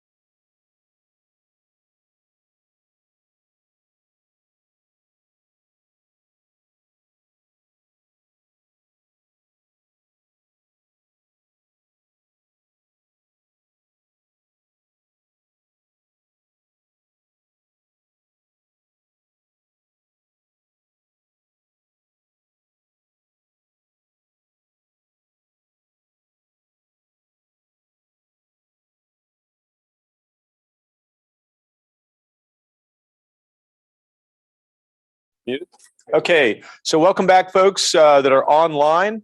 We are reconvening here for lunch, and we want to spend some time now just hearing a little bit more about what came out of your discussions around these different. You still can't hear me. So testing, just want to make sure this works. I can hear you. Okay.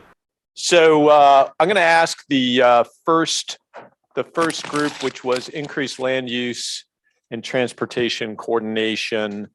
If you could share just a little bit, and what we're going to do, Mason, is we'll go into that area and just take some notes here. And again, we'll get copies of your notes as well. So the first one would be land use and transportation. John, you want to kick it off? And Sure. So the main takeaway is that we had NCDOT, local government, regional organization, and we all agreed on everything. So there's hope. There's hope for us. Yeah. So the goal, kind of what we talked about, was that decision makers kind of better understand the relationships and influences that land use and transportation have on one another, and that therefore they could better align decisions, and especially decisions that would occur kind of across boundaries or along corridors, involving more than one decision-making body. So that was the goal. We kind of quickly talked a lot about the CAMPO role in this, and I think we agreed on sort of a three-part role. There's the educational role, so helping folks understand these relationships and influences and the kinds of strategies that might be able to be used. Then a facilitation role. So once we've understood these things, here's how CAMPO can help decision makers lead to better policies, better outcomes. And in doing so, kind of in partnership with other groups. So we talked about, we've got the Regional Transportation Alliance. So you have business that would care about these. You've got groups like the Urban Land Institute that is developers that care about these things. So that facilitation role with partners. And we even used kind of some examples, right? So I think we've talked about the US1 Council of Planning, right? That's a facilitation role. We noted the project that I think it's the Integrated Mobility Division at NCDOT has around the S line, transit-oriented development. So there's where NCDOT is playing a facilitation role to look at land use and transportation. So we've got examples, right, of doing that. And then the third role after education and facilitation is kind of a reporting or a measuring role, right? So if a corridor study suggested this kind of mix of land use or this kind of land use, as decisions are being made, are we following those recommendations or not? And not in a judgy way, right? But in a reporting way. Here are the decisions that are being made, and here's how they align with our small area plan land use or our metropolitan transportation plan land use. So I think those were the key takeaways. There was one other issue I think Bears mentioned, and that was how walkability fits into these land use decisions, and having a kind of an expansive definition of walkability. So how are people being able to get to destinations, not just maybe go out for a neighborhood walk? So that was a key part of the discussion as well. And I'll let Brandon or Ben or David chime in with other things I probably missed. Yeah, what are some of the, just in terms of what CAMPO would do, or any kind of near-term things you'd say, let's start doing this, or let's do more of this, or do this differently? Yeah, so one example we talked about was, so CAMPO does small area plans. And if a lot of this land use and transportation alignment would be most impactful, say along corridors or along particular investments, that maybe part of that small area planning process asks the participants to identify those 1 or 2 corridors where this would be most important, right? So we don't want to have 27 different councils of planning that CAMPO is suddenly facilitating. But if through the small area plan process, we said, okay, folks, what are the, if we do it along this corridor, that's the priority 1, or maybe 2, whatever we can handle operationally. So that would be one kind of short-term thing. Let me just ask Chris or Shelby or Alex if you've got questions or reactions. Yeah, I mean, I think all that sounds reasonable. I think we'll have to think on what that reporting looks like what exactly we're reporting on and measuring in that realm. As mentioned earlier, as we're going through and updating our area studies, we're taking a look back, what's happened since the last one. And thus far, it's been not much. So not in a judgy way, but yeah, just figuring out how to measure that and monitoring where those gaps are and then maybe digging into why it's not happening, or if they're not, elected official support for these things. Should we be reframing this, or and then that's where that education role comes in. Yeah, go ahead, Chris. No, I think Shelby hit right on it.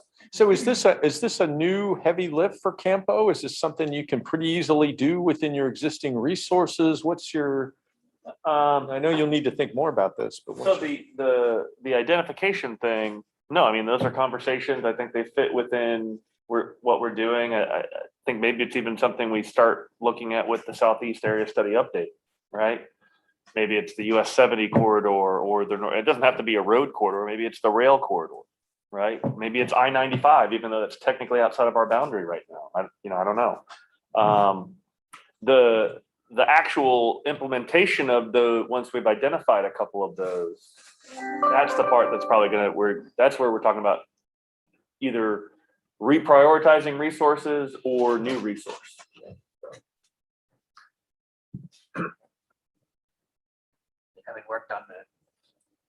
Having worked on the US One Council too, we also need to figure out what the goal of that group is, because you can also get a lot of scope creep. That one was very well focused on the fact that the goal was to keep it as much capacity for it to be turned into a freeway as possible. We could have gotten into lots of other things as far as judging land use and whether that was the right thing. We did not. We'll have to talk about that when we talk about any other corridor as well. Yeah, I mean, I suspect it'll be different for different, like a US 70 Council of Planning in Johnston County or Garner Wake Johnston County, right, might have very different goals and a different purview than 401 South Council of Planning through Southern Wake County, or NC 54 North Carolina Railroad Corridor in Western Wake County, or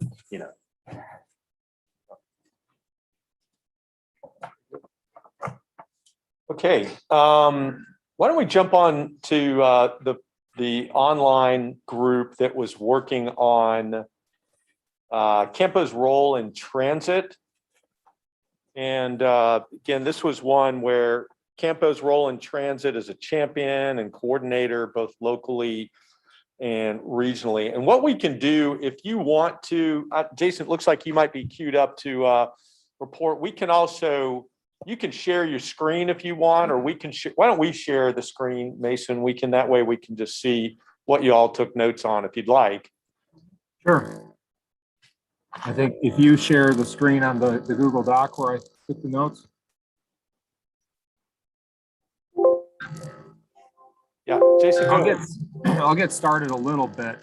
Yeah, while you're doing that. Can you guys hear me okay? Yeah, we're just keep it going up a little more. Okay. We had a pretty small group for most of the discussion with somebody from Go Triangle. That was actually, yeah, Jay was there, and a couple other folks from Morrisville and Nightdale on the other side of the triangle, or on the other side of CAMPO's region. And part of what we kind of talked about was what are, from their jurisdiction's point of view and from my jurisdiction's point of view in Raleigh, what is CAMPO's role in transit? What are we trying to do? And so there was a little bit of discussion about that in both of those other jurisdictions. The focus on transit is mostly about setting up success for BRT and commuter rail, both in terms of land use, getting land use pieces in place and advocating for those projects. And that being the end goal right now. There was, there's very much a frustration, I think, and I share this, that our transit plans are often a very, very long-term thing, but the here and now in terms of development pressures and the way that our region is growing isn't able to stop and think about that very long term. So for instance, I think there was a question or a suggestion about on the East Trans, the Norfolk Southern corridor to the east that goes through Zebulon and Wendell and Knightdale. We've identified that in the CTP for commuter rail, but that's such a long-term possibility. And that part of the region is growing so fast that it's very hard to plan around that future because it's not for sure like US 64 and I-87 are right now. So if we were to, for instance, want to put an additional stop in between one of those small towns on that corridor, it's very likely that that area is going to be developed before we ever put that transit in. And just the general difficulty in being able to understand how to get where we want to get from where we are now. That is something we talked about a little bit. In terms of key gaps that should be addressed, we all agreed that there should be a lot harder look at how to fit transit into existing projects from the start. The examples of both NC 54 projects and US 64 projects where bus rapid transit is expected, whether that means adding signal priority or adding queue jumps or adding lanes or reserving right of way. We didn't get into details very much, but the idea that the roadway projects are also potentially transit projects was a part of that. We had a little bit of a discussion of kind of thinking back to the larger group about if the MTP were defining these projects as not separately a roadway project and separately a transit project, but a set of improvements in an area, maybe that creates some leverage to make sure that the implementation of the roadway elements includes also the transit elements. But then we had a bit of a discussion about how the operation of transit service is very different than just the opening of a new roadway. It requires ongoing operation support, which makes transit always a fair amount more difficult. And that of course competes for funding from other jurisdictions or other locations in the region where we want to serve transit, and also the transit capital itself. And then actions to move forward. One of the ideas that we had was that CAMPO might be able to facilitate, maybe fund directly, maybe help facilitate through TPAC or something, some land use planning grants focusing on the transit supportive land use and the land use change around that. In various ways, I think that's what the last group was just talking about as well. And I remembered something that Chris Lucasina said earlier about there being area plans or area studies that don't necessarily result in action. And so we were, wondering if it's possible to have that sort of program be locally administered, be a reimbursement grant, but then only actually do the reimbursement if they meet certain deliverables in terms of adopting changes in their plans. That seems a little bit controversial, but maybe it's a way to help that. We also then got a little bit more into that land use and transportation thing about the need to iterate our transportation and land use planning on a smaller scale to test what ifs, rather than more, as we do it now, a little bit more on an MTP cycle. Don't want to get too much into that. Another thing, and again, we're scope creeping into land use stuff a little bit, but we talked about how the jurisdictions, individual jurisdictions are all experimenting with our land use tools and trying to help build our land use around our transportation plans, which are in many cases, transit's a major part of. but we're all figuring out this stuff individually as we go to some extent. You know, that what is the right sort of overlay ordinance, or what are the right sort of development standards for a transit supportive area is not something that this market has a huge amount of experience in.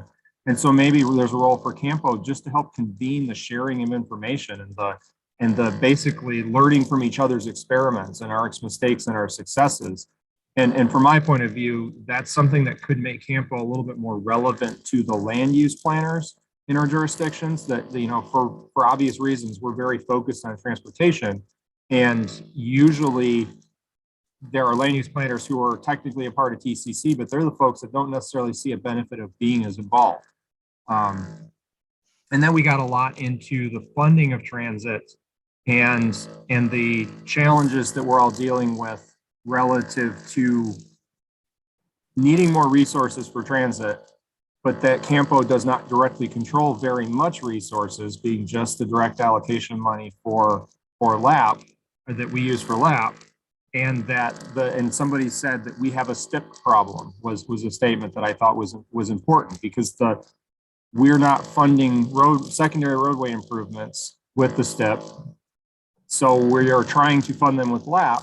But if transit's more important, then we also, from a value standpoint, think we should be funding them from the STIP is not funding either transit or secondary roads, but in some cases is actually driving the demand on the secondary roads because it's funneling traffic to places that now need widening, either due to an inducing land use change or just changing traffic patterns.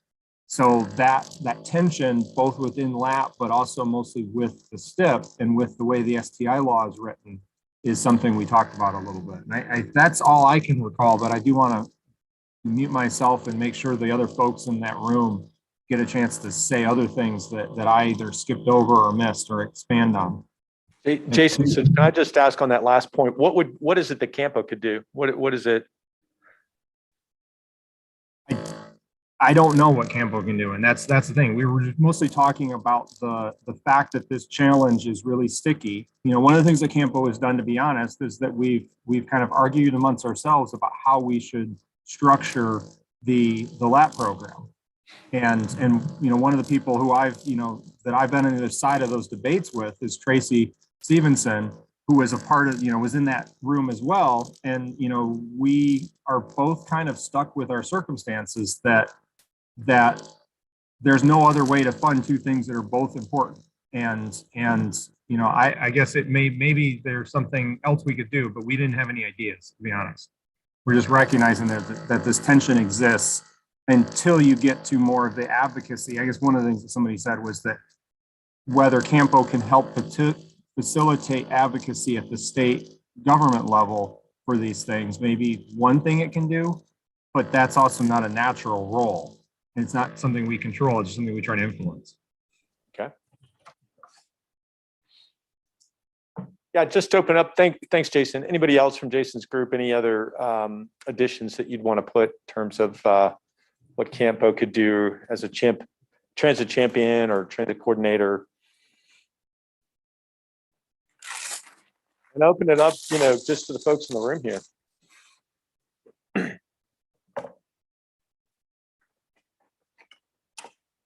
All right, go ahead. Yeah, Shannon, please. Comment. And I don't know that this is for CAMPO or somebody else, but I think with the community funding area program set up by Wake Transit, I think if we're really serious about enabling more communities to take advantage of that program and get their locally designed transit moving, there will need to be more staff resources to help them to do that. So I don't know. Sorry to interrupt, CAMPO staff resources? Well, and that's where what I started with. I don't know if that person or people would be CAMPO or somewhere else, but I think there's a gap there that could be filled.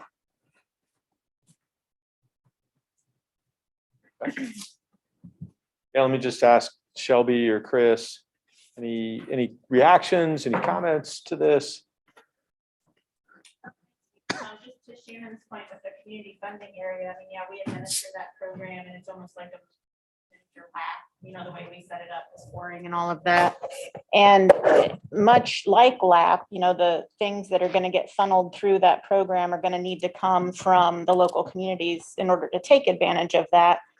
And there's funding in the Wake Transit financial model out for the community funding areas that does anticipate that communities will come in for these planning things. And we've had several communities come in for planning things and then decide not to implement just yet. And we've had communities come in for some operational things that they're kicking off and starting up now, like the Morrisville shuttle. When Ben was in Morrisville, they were very successful with that, and that has started now.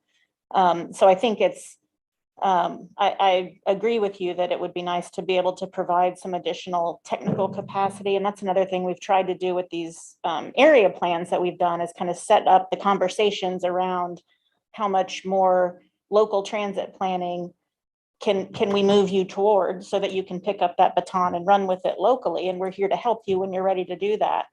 But knowing that we have limited resources available to help in that technical capacity. But we are, I think, moving in that direction. And with that being such a young program, I think it does stand to see a lot more successes in that realm as well. Anything to add? No, I think we have heard a lot over the last year or two or three about the community funding area program and a desire, once the first thing started coming out of that, as expected, interest in it grew very quickly, right? So it is sort of a choose your own adventure kind of thing for us collectively. How much do we want that to grow? How big does that need to be? I think, frankly, I'm kind of hearing some echoes of comments that Shannon made at I think it was either the October TCC meeting or the TCC workshop on the MTP about, transit isn't all just about getting folks from somewhere into the core and into the main fixed guideway spine of the system. There is already and probably a growing need to look at transit that connects, I'm just going to make this up, but Holly Springs and Apex to Western Cary or something. It's not all about how do you get to downtown Raleigh, how do you get to RTP. There's a lot more nuanced, transit need out there, or growing need out there. And the community funding area would be the natural fit for a lot of that right now. But even maybe that is the future, kind of as we roll into that, maybe it's something totally different. I don't know. But certainly, if we start with the community funding area program, it seems like a question of how much more do we grow that, right? Because that does become about money. It's even a push-pull within transit, within the money we have dedicated to transit. How much goes to that versus frequent network versus express service and all that fun stuff. Not to mention how you grow things, like when does a service that's funded through community funding area grow up into big Wake Transit and need to be funded through the big pot and no longer take the community funding area resources. Right. Yeah, so I think those are all things we're gonna have to explore the next 4 or 5 years. But getting back to, I guess, the original question about resource, it seems like CAMPO might be the natural place for that to live for now. We were even having some conversations a couple weeks ago about, does, the new service that's about to start in Apex, for example, does that continue on, or does that one day actually morph into something more like what Morrisville has begun to do, right? Or Wake Forest, where they've had fixed guideway fixed route for a while. Does that stay? Does it does expansion of transit there mean more micro mobility, or is it a full conversion or none, right? I think some of those, while there's a regional context to that, a lot of that is going to be more locally driven. So I think there's a lot more to figure out with how far we go with that, but a lot of it is how far do we all want to go with it. And I think CAMPO could be the place to do that, right? Obviously not run additions or run the transit system in Apex or Wake Forest or anywhere else, but certainly figuring out how that all fits together. I think that's probably an appropriate role for CAMPO. Okay. All right. Let's move back to the group here in the room. Had a couple of things that they were working on. One was taking a look at those 4 2014 areas and just seeing what is it that what's next for CAMPO in those areas. And then the other was around the DEI focus. So Shannon, it looks like you've got your notes over there. Do you want to? I've got a kind of mess in front of me, but I'll try to make sense of it. Yeah. And I can get help where needed. So just to remind everybody that 2014 strategic plan had kind of 4 key pieces: public engagement and education, partnering with others, educating elected officials, and policy leadership. And so we had quite a lot of discussion around the public engagement and education piece with educating elected officials. And we looked at some of the measures of success in the more detailed part of the plan. And it had things like website visits, number of citizen comments, new citizen comments, people attending workshops, things like that. And we think that there's an opportunity to have kind of a refocus toward educating local officials and local staff and focusing a little less on citizen engagement and education, because it's so difficult to get people to effectively participate when it's at the CAMPO level of planning. And it would be very helpful. There's already the MPO 101 that a lot of executive board members attend, but most executive board members are mayors, and we have a whole council making those land use zoning decisions. So I think we thought it'd be very helpful to have education, brought to them, the whole group, about how this all works. So that was one. And similarly with staff, you have a few representatives on the TCC, but we have a lot of other planners and people working on projects that at least a basic understanding of how things work with funding and the modeling that goes on and all, but that would be helpful. Meanwhile, I think there's kind of it can sometimes get confusing to community members when they see local outreach and then MPO outreach and understanding how it all fits together. So it kind of creates issues now and then. Anything to add on that part of it? No, I was exactly what Shannon said. And I think we were just thinking with a strain on resources and limited resources, sometimes it feels like there might be like a duplication of efforts, whereas CAMPO is really strategically positioned to channel that outreach to like elected officials and policymakers. And I forgot the second part of my train of thought, but I guess for the measures of success, we want to make sure that we're setting CAMPO staff up for success. And historically, it's been very difficult to get just members of the public to engage in some of the, and so if we're creating these arbitrary measures like number of people at meetings or number of people who log onto the website, is that really the best way to measure success? And is that really the best use of their time? So like at the local level, we have some success getting engagement. So how can CAMPO add another layer to that without duplicating efforts, I guess? So there's one on here that's policy leadership, and I think, and this kind of goes with partnering with others too. Some support in the comments from the transit group. We've talked about a specific focus on setting a legislative agenda and having a legislative presence. And we weren't sure exactly what CAMPO is allowed to do.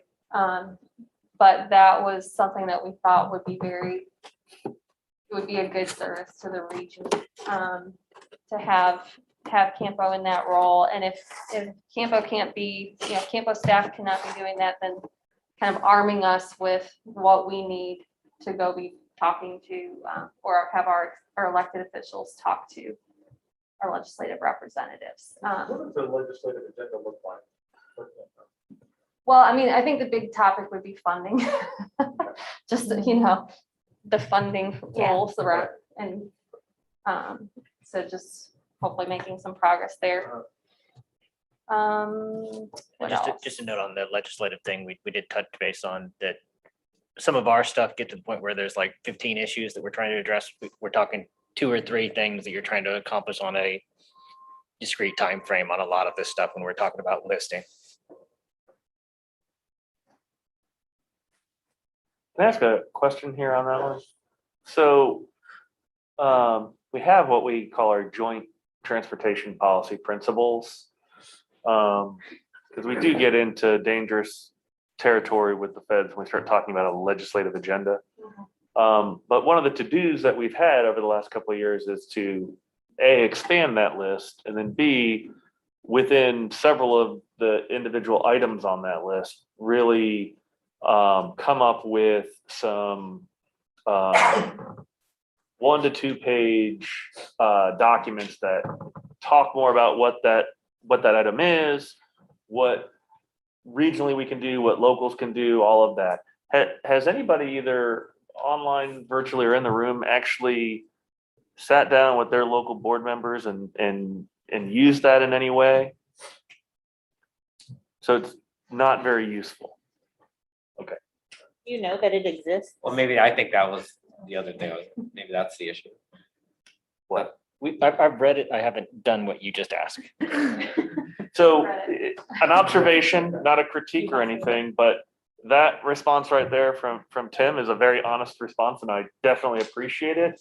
And I think that whatever we come up with, it's that part that we're going to have to figure out how to get more responsiveness on. And I don't know that it's the TCC members necessarily, right? I mean, it's probably TCC members, executive board members, CAMPO staff, and others, right? But the executive board asked for those. The joint MPO boards asked for those. We put them together. We said, here. And my understanding is some of the members of the board have used those from time to time in some discussions, but it's not widespread, or it's not universal. And so it's sort of like we spent a good bit of time putting together that resource, and then it just sits there, right? So maybe the to-do is, do we need to come up with more or better resources, number one, but then number two, how best to get them utilized, right? Yeah, and I think just to kind of paraphrase what this group is actually trying to take some stuff off your plate.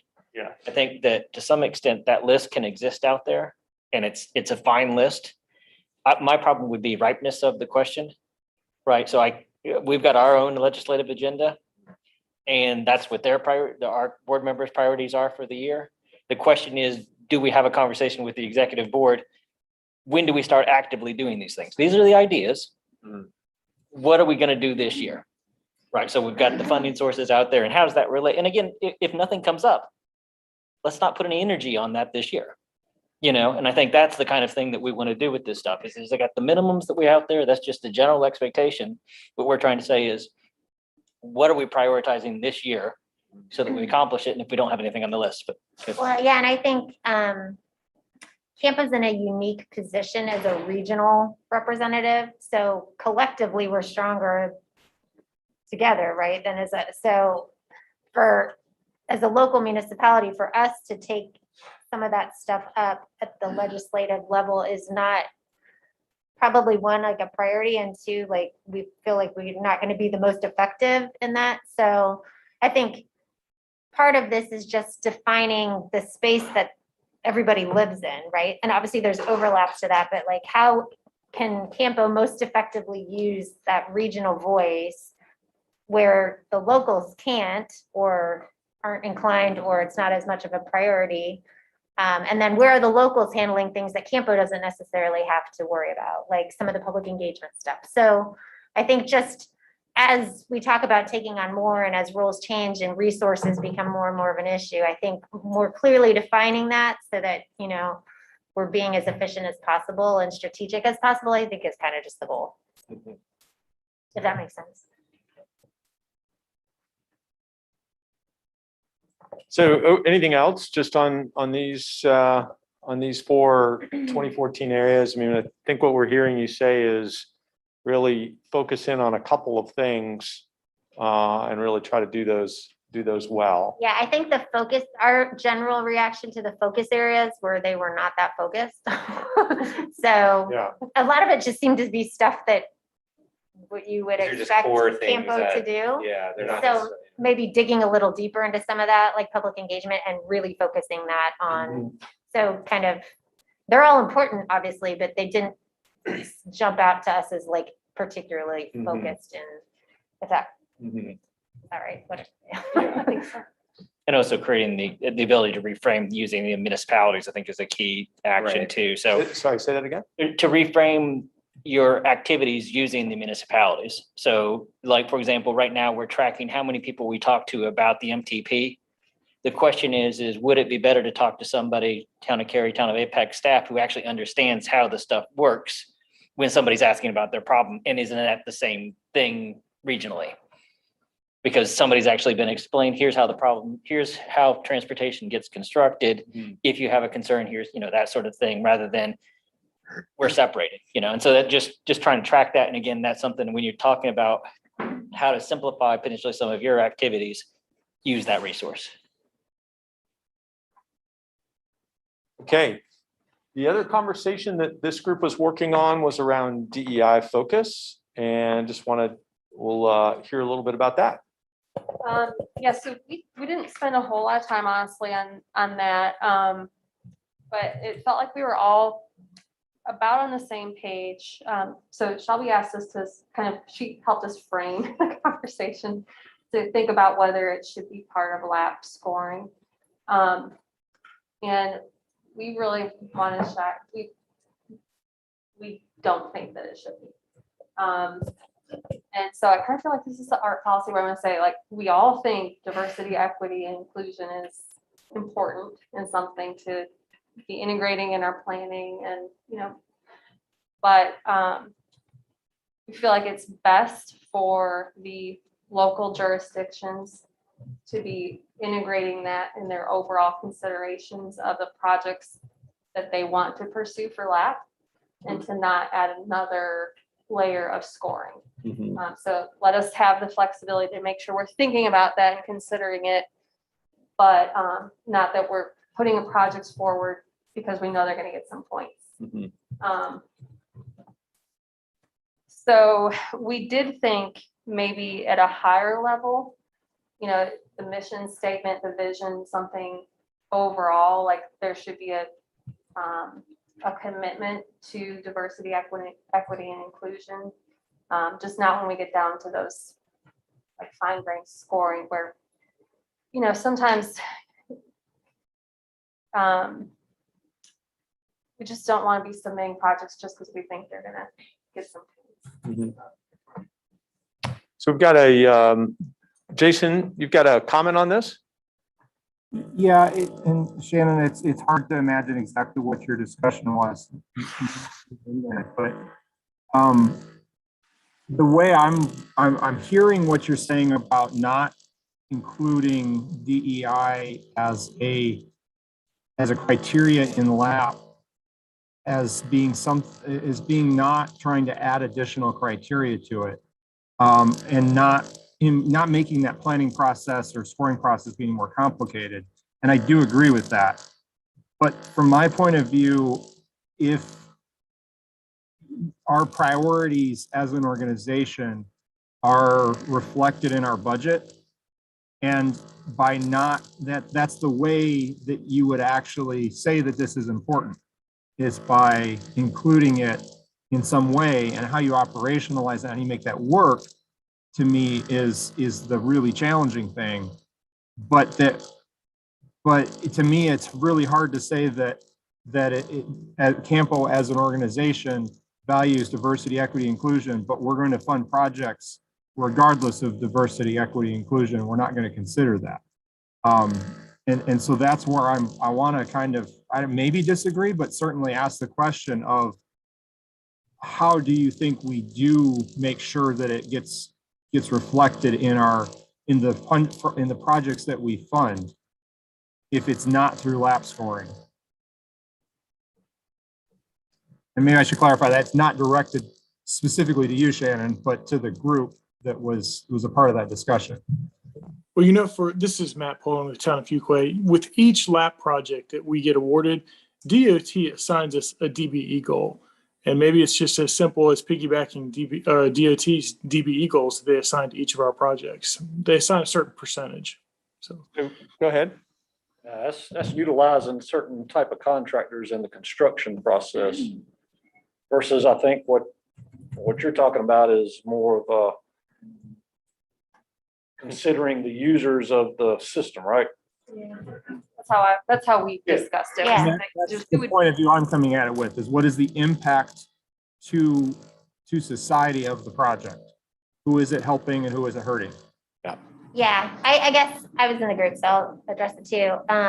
I totally appreciate your questions, Jason. I think that's part of what we're struggling with. How you would measure that is certainly a challenge. But then in thinking through, I know how like Carrie selects their projects, and our planning, you know, it's all part of there's layers of this, so it's all part of our like comprehensive planning process, how we prioritize projects. All the projects that we pull for lab come out of our comprehensive plan. So there's already mechanisms in place, I think, that address a lot of this. But I mean, there's no easy answer on this one. It's just tough. But then on the lab side, how do you measure DEI when you're submitting a project? I mean, how do you actually like quantify that?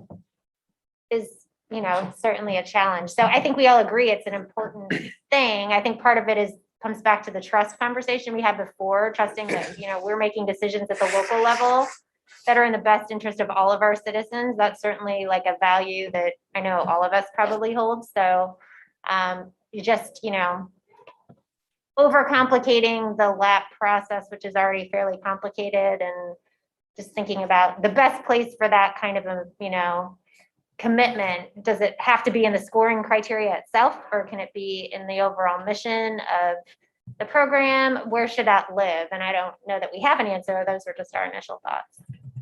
Yeah, and Jason, I think you also in your report out, you also provided some context that we weren't thinking about, but I think is actually very germane to this conversation, in the fact that LAP is a small funding source and already under tension. Right, it's already being pulled in two different directions. We're trying to figure out how many directions do we pull it in. And I think to some extent where we'd really like to start some of the equity conversation is, you know, possibly with our larger funding sources, figure out where that goes. You know, and then come back and figure out, does it fit into LAP, right? Because I think that's the biggest issue is you're making the thing that we put the most amount of time in, that we feel like has the most amount of sensitivity in the area. And you're adding complication to it where we're not necessarily doing that on the other funding sources. So maybe some of this is more of a documentation thing, right? Like maybe when you look at how do we incorporate into some of this the documentation of how DEI has been handled on the front end. I mean, that's kind of what you're saying is you handle that on the front end, and that's where it gets handled rather than on the back end. The front end being when they're deciding what projects go into their comprehensive plan and then which ones they submit. And our budget, right? Because our budgeting is a huge part of what projects are like. Right. I think you have to consider it on the side of how you select, or at least the public outreach side, and, you know, how we're choosing projects to go forward, because, you know, I agree with everybody. Once you start trying to think about how you would score things on a DEI basis. That problem has confounded me every time we've talked about this. We've done a little bit of this with CDBG funding, and that always ends up being, location based. You basically get, okay, well, this location, you can show that there's a certain amount of lower income families or, different issues in a certain area, but those are really hard to pin down. They're really hard to quantify.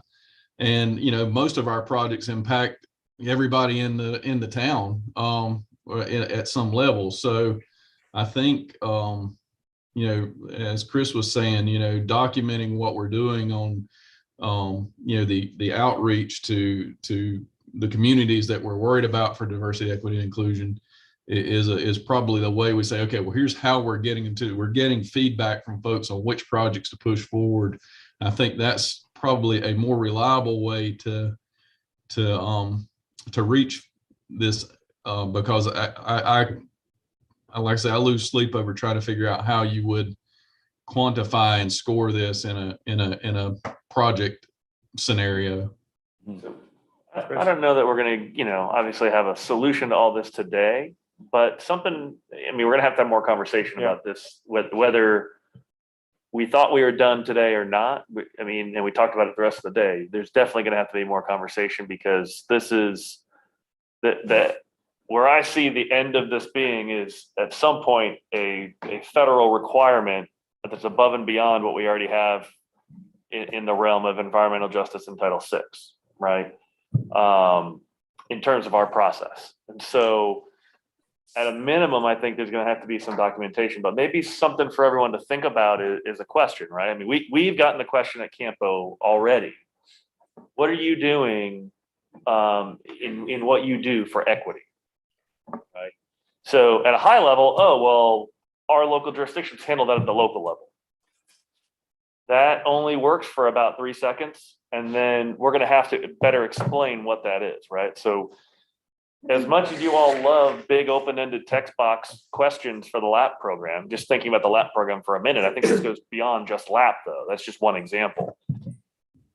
There might be another one. Explain how you took into consideration, DEI on this project submission, and what documentation do you have on that, right? That might be at least a first step in some of this. I don't know. That's a question that we're going to have to be able to explain to regulators, board members, local elected officials who are newly elected or new to the process, and the public. So think about that a little bit. So we did have, Juliet brought up a good point. If I'm saying this incorrectly, tell me. We felt like the way with the MTP update and the TCC recommended allocation of funds, kind of 25% split across modes. That in and of itself seems to have support for some of the diversity, equity, and inclusion goals, because we're not just supporting and building projects and putting money toward projects for people who have their own personal vehicle, and it's people who rely on public transit, people who walk places, kids, seniors. So just that in and of itself, it seems is something that the region is doing. Yeah, I think this is a big thing, right? It's been said a few times, and ultimately we're going to have that question at a high level and then in individual elements of what we do, and we'll need to be able to have an answer for that, right? That we want and that we will use, and that is appropriate. So again, I don't know that I think you're right, Shannon. I'm not disagreeing with you at all, but I think that more and more we're gonna have to think about this and how that is at least framed up in maybe what we're already doing, and then also are there other things new that we need to be doing or differently, right? So just maybe more thought about that over the next couple of months. Yeah, and Jason, thanks for that. I want to get Jay had Andrew, hang on one second if you could. Jay Hikes had a comment. Go ahead, Jay. Sure, and I think Jason, I've had a queue before me. I don't know if that one was already addressed. Couple of things real quick is one, I think MPOs are starting to grapple with this more and more. DCHC MPO is about to adopt a new federal flexible funding policy that includes equity as a measure. That's more or less going to be the equivalent of their LAP program. So I think they've done some work here that we might be able to borrow from. I think the second thing, and I realize this question is going to take up many, as it should, many more meetings, and a lot of hard thoughts can be put into it. But Chris, I'm just wondering if you could share some of what the executive board said about this at their retreat. I'm just curious. Sorry, your question is, what was the executive board's discussion on this topic? Yes. And I know it's a broad topic, but I'm just wondering sort of what some of their interests are. So I'll start, but I'll also, make sure I give Warren time in case I miss anything from that. But, I think the big takeaway there is it's important and it's big and we want it. And TCC, we've given you, those are the bones, put some meat on the bones. I think that's right. They don't know how to do it. They just know it. They say it's important. They want it. They think it's important. But they're very open to what it looks like when we're done. Yeah. So in a lot of ways, there's a good bit of leeway there to come up with something and bring recommendations to them. Now, it doesn't mean that they're going to like what we bring to them. They could send it back and say, no, that's not what we wanted, right? They have not been very specific in exactly what that means. They just know that it's important, and that in particular, the last few years, it has become a very much a spotlight issue. And so they want to know what that we're doing things to be responsive to that as we move forward. There are examples. This is a federal funding issue. Obviously there are other MPOs that maybe have been thinking about this as well. Jay brings up a good point. We looked at other examples of what other folks are doing in terms of how to make this more quantifiable. Gretchen's actually done a good deal of research. Gretchen's our LAP program manager. She's done a good deal of research on this, and I feel like actually made a presentation to the LAP committee with some of her initial findings back in the spring. But the short answer is yes, we've looked into how other MPOs across the country are dealing with this, and some of them are dealing with it in a more effective manner than others, obviously, and some of them are dealing with it in a more specific manner than others. Some of them have some of those broad overarching, like what Tracy was talking about with geographic kind of scoring criteria, but some of them do dig into more, how many low car households or no car households are going to benefit from this project, kind of that deep of data, which, we may or may not have access to on a project by project basis. So I think there's some options, kind of, if you think of it as a slinky going up and down. I think there's lots of options on how to address it, but it'll definitely be something to work through for a longer period of time than we have today. Andrew, I wanted to make sure you had a chance to jump in here. Go ahead. Yeah, thank you. It's actually very good timing. So what I was going to say is my previous employment was with the Atlanta MPO, and they explicitly brought equity into their scoring process for what they, their version of what they call their LAP funds.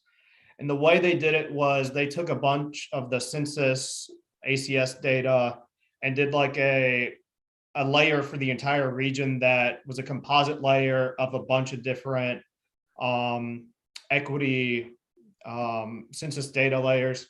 And then they would, give 0 points to 10 points and kind of do on 2-point increments based on the proportion of projects within those census data zones. I can't remember if it was block groups or census tracts.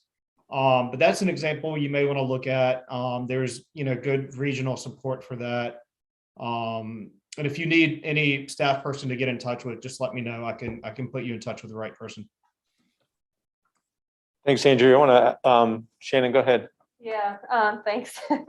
So it's funny you bring that up, because that's one of the, I think if I think that's one of the reasons I'm more of a proponent for the local level of analysis, because census data for our area is just not granular enough. We just had the transit propensity analysis for the Wake Bus Plan update.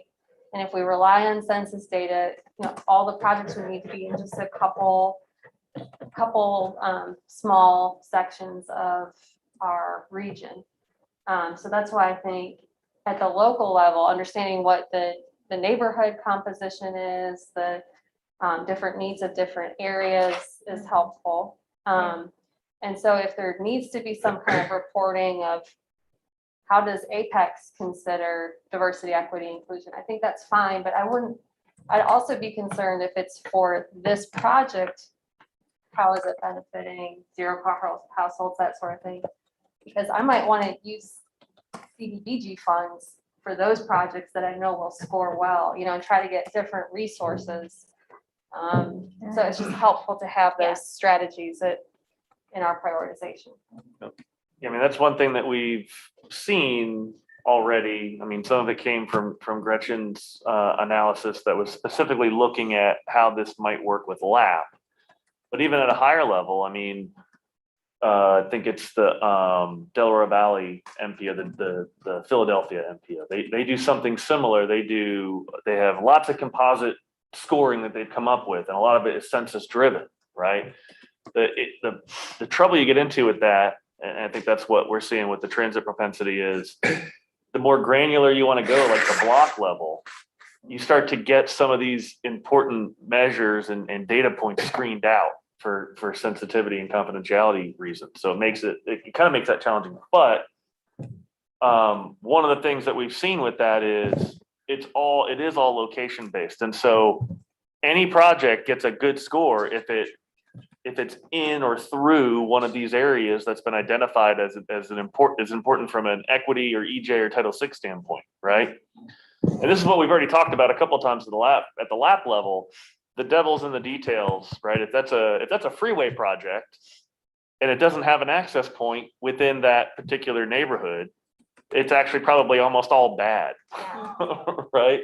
But even something like a sidewalk project, lots of good benefit for that corridor, for that neighborhood, but the folks that are right along that corridor that have that property that's going to be purchased or taken from them, they might see some of this as negative. So we've got to find the sweet spot, I think, whether it's the scoring part of it or the documentation part of it or what.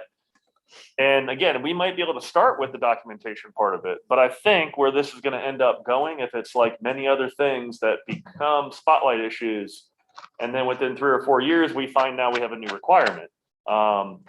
There's going to be a requirement coming down the line here at some point, and we're going to have a way to deal with that.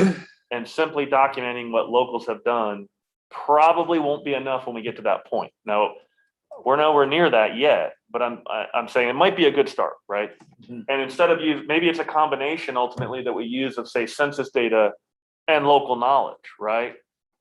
And that creates new data with update and maintenance requirements and all of that. So again, I don't think this is going to get solved today, right? But certainly,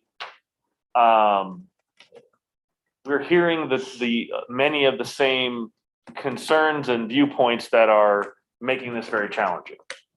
Can I just say, like, to wrap this up, I completely agree. I don't think we can score ourselves. Everything is not scoreable. So I think that's something we have to acknowledge. Sorry, say that last part. We can't score everything, right? There are some qualitative things in life. So we can't put a score on everything. I think part of this is us better telling our story about our projects. I think we probably are doing a lot of this already, and figuring out a way to document that is going to be a big part of the challenge. And I think learning from other people, we're not going to, we don't have to come up with all the answers in the beginning. This is an evolving issue. So I think just being observant and listening and understanding what other people are doing, we'll kind of figure this one out as we go. But I hate to always jump to how do we score this in lab, because it feels like we go there a lot, and I don't think this is right for that just yet. But that's just my initial thoughts. Thanks, Juliet. Let's take one more comment from Tracy, and then we're going to move to our last area. Tracy, go ahead. Yeah, sorry, I'll make this brief, just piggybacking on those last two. I think I agree with what everybody said. I think if we're going to end up having to, I think what Chris is saying is if we can handle this qualitatively, then we can handle it qualitatively. But we feel like at some point the feds are going to say, we're not going to let you do that. You're going to have to take another step. If we have to take that other step, before we get there, we have to be building some ways to get this data, because census block is not going to do it. We've done the CDBG thing. We have to go out every time and do door-to-door survey, salary surveys. There's just not enough resolution of data in that to be able to make good decisions on. It's just too wide open. So, and plus, again, it hamstrings a project that may not be immediately adjacent to an area that provides it a lot of benefit. Northwest Judd is a good example. It probably wouldn't qualify as immediately adjacent to Lincoln Heights, where we've done a good bit of our CDBG work, but it connected Washington Street to Judd Parkway, which now is a great connection for folks that live in that area to be able to get out, get better emergency services, better access to the school. It improved a lot of things, but I'm not sure if we were putting together a scoring criteria based on where the CDBG block says it would be, that it would be included. Anyway, we got to build this if we're going to go there, I guess, is the crux of what I was getting at, is we're going to have to build some new data sources to be able to really do this right. All right, so I think we'll go ahead and move on. I appreciate this is a thoughtful conversation, that y'all aren't just jumping into just kind of quick fixes. It's going to take a little bit of work, a little bit of time. We're going to go to our last, this is actually an online group. So this was the fifth one was BikePed providing outreach and support and making these projects more competitive, and doing some kind of coordination to help plan better for bike and ped projects. Do we have anybody? I know we had a couple folks online that jumped in on this. Are you still online? Anybody want to just share a little bit more about what you came up with? This is Tracy again. Jason Brown and I were the only two that popped into that one. So okay, thanks, Tracy. I think our take was that we do a pretty good job, I think, as a group of being thoughtful about BikePed. I think the gaps that we felt like could be something that we needed to work on would be coordination amongst between us and the county and the other municipalities, so that we have kind of a so that our systems are not disparate in as far as what they do. And that's something that I'm not sure that I think we all have our own different flavor of how we're handling bike ped issues. And so that goal of having a seamless kind of integrated system may be something that we need to focus on a little bit as far as helping us coordinate. And I think the other idea that Jason had, this was for the smaller. I know a lot of DOT projects get done where bike ped ends up being an enhancement. When that is happening for places, there's all of a sudden you have to come up with enhancement money. And the idea that there may be a pool of support for the smaller municipalities that may not be able to fund enhancement, when it comes through. I know the enhancement rules get a little bit different the smaller you are, but I'm not sure exactly. So those were the couple of things that came out of that. But I think in general, between Complete Streets and what we do as a group globally over the region, I think we're doing, I think CAMPO's got a pretty good vision for what we do. Bike ped, it just may be that, we need a little bit more coordination amongst us to try to make sure we're not doing totally different things and that we're connecting well. Tracy, what does that look like? What is that? Just you say a little more coordination? I think that in my mind, the only way to do that is to start. We kind of probably ought to do a little bit of comparison of what everybody's doing and maybe come up with kind of an idea of what we want, what we think it should look like. For instance, what we do in Fuquay is we put a lot of emphasis on side paths and less emphasis on bona fide bike lanes, just because of the way we see our users using that. One thing we talked about is, we're all kind of coming up with that based on what our community, kind of feel is. But I guess if there are trends that, we should be looking at, getting some feedback on, hey, this is what's working for folks that are bigger than us now. Maybe something that's good for the region too. But to get some feedback on what, where, the bike ped, what are the hot topics in bike ped, I guess. I don't know a better way to say it than that. I would like to get maybe Chris or Shelby's reaction, or if you have some questions for Tracy. Yeah, I mean, I think, so we had a bike ped stakeholders group. Think of it as like a bicycle and pedestrian committee, right? Subcommittee, that a few years ago refocused itself and became the Safe Routes to School Committee for CAMPO, and kind of oversees that umbrella program. And along the way, we've had a couple of conversations about, now that that's up and running, does it need as much attention?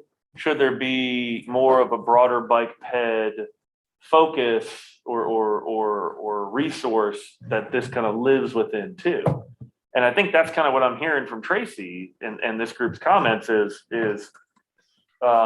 maybe it's time to reinstitute that, and give it a couple of near-term to-dos, right? But maybe some of that's coordination, but some of it's also maybe best practices and scans. And a few years ago, pre-COVID, we had, I think, 2 important data sets that we had put together. Number one was a sort of a compendium of transportation-related land use policies.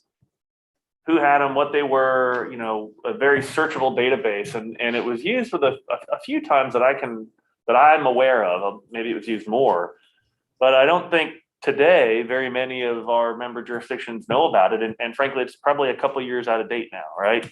But as an example, if Fuquay-Varina, all of a sudden, not that you do or don't have this, but let's just pretend, right? You didn't have a sidewalk requirement in your UDO. And you were interested in that, we could say, oh, well, here's, I don't know, Apex, they did this 10 years ago, and let's connect you with Apex so you can learn about that, and you can even see, the language they have and learn from their experience. I think that's somewhat of what we're talking about in this conversation in the bike ped realm, although I think my point here is very applicable to the land use item we were talking about earlier, and keeping that up to date. And then making it more, user friendly and usable. But I could see that with the bike ped realm. Like, we have had issues with one jurisdiction who's more favorable to side paths, another one that's more favorable to bike lanes, and they connect. And it's like, hey, in a corridor, the user doesn't care where that imaginary town boundary is, right? So coordinating that a bit. Probably, so again, I think what I'm hearing is it may be time to reinstitute that broader bike ped resource, coordination resource, and still have the Safe Routes to School stuff happening. But beyond, those buffers around the schools and broader bike ped issues, maybe it's time to bring that group back. Yeah, I think you're going to have more of us. I mean, certainly we're going to be bumping up against Holly Springs more now. Garner, and we're bumping into Garner more than we ever have. I have to presume that that's going on around the county as we're all, expanding our footprints. And so just understanding each other a little better will help us, plug ourselves together. And, you're right. I think that land use probably falls into the same category because, those are things that, we're going to set. I mean, at the end of the day, our elected folks are going to set the tone for that. But if we have a menu of, okay, well, here's what everybody else is doing, here's how we, it could allow us to coordinate that better. Because, I mean, frankly, life moves fast, and we're all kind of in our lane, kind of doing what we're trying to do best for our community. But that doesn't always equate to, consensus amongst the region. So, but I think, the gist of where we kind of were when we started this discussion was that I think from a bike ped standpoint, the focus that we have put into projects and what we're doing is, is pretty good. I don't know that there's any glaring holes in what we do on the bike ped side other than, just maybe trying to make sure we're all kind of rowing in the same direction, or at least a compatible direction. Thanks, Tracy. Jason, go ahead, jump in. Yeah, it's interesting discussion, and I do see there to be a role, like Chris was talking about, of information sharing. I don't know if that's more important on the way I see it as being kind of land use, where we're engaging in the experimentation, or if it's more in the education for elected officials sort of thing. But I don't know if everybody in TCC knows that the city of Raleigh just readopted a new set of street standards for most of our collector and thoroughfare type streets that includes separated bikeways rather than shared use paths. So that's some flexibility to allow those. And we've struggled with those questions a lot when we were making those policy choices. And being able to share some of that with the rest of the region would potentially be helpful. And I do think there's absolutely a big issue when we've got streets that either are jurisdictional boundaries or cross-jurisdictional boundaries, to make sure that those facilities connect in the right way is a tricky thing, and it's a natural role for the MPO. Thanks, Jason.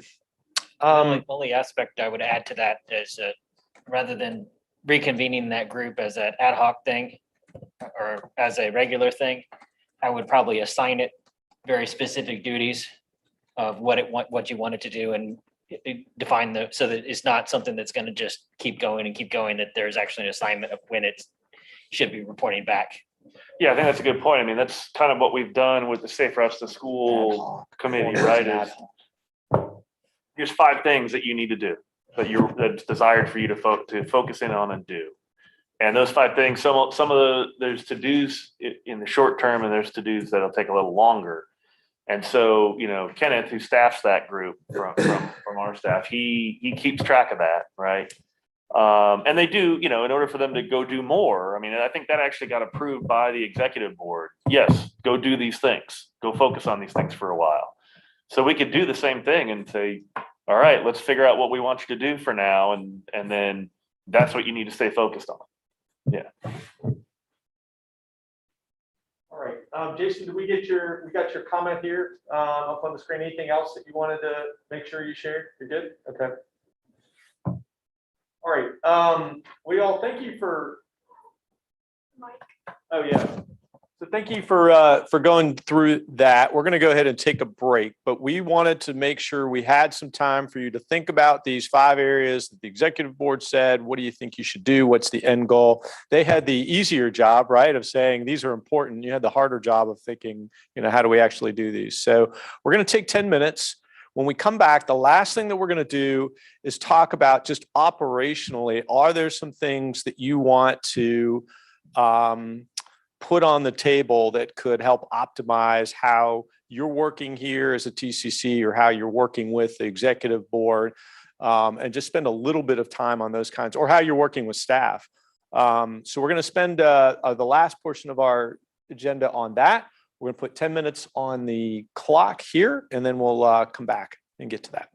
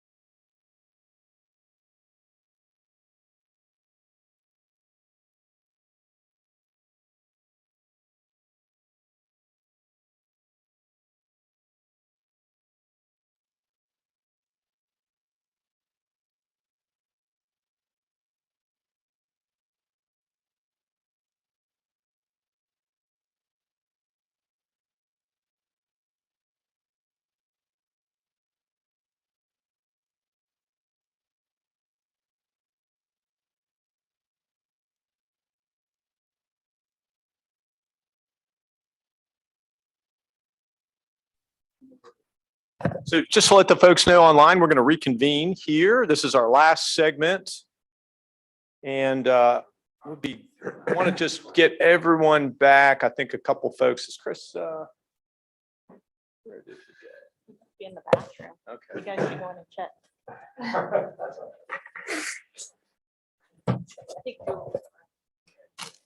All right, so we last thing that we want to do here is just have a bit more conversation around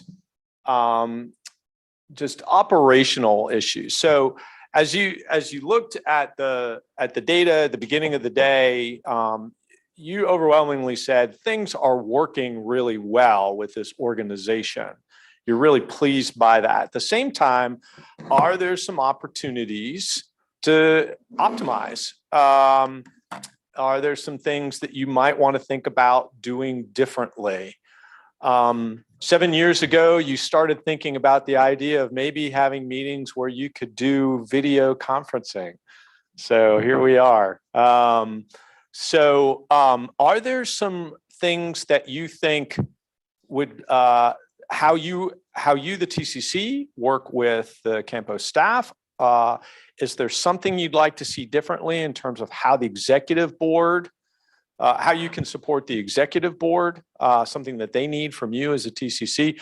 So we just want to spend this last bit of time seeing if there are some things that you want to put on the table that would help improve operations. So you're doing a lot of things really well. Is there something else in terms of how you want to be working with the staff, with the executive board, with each other?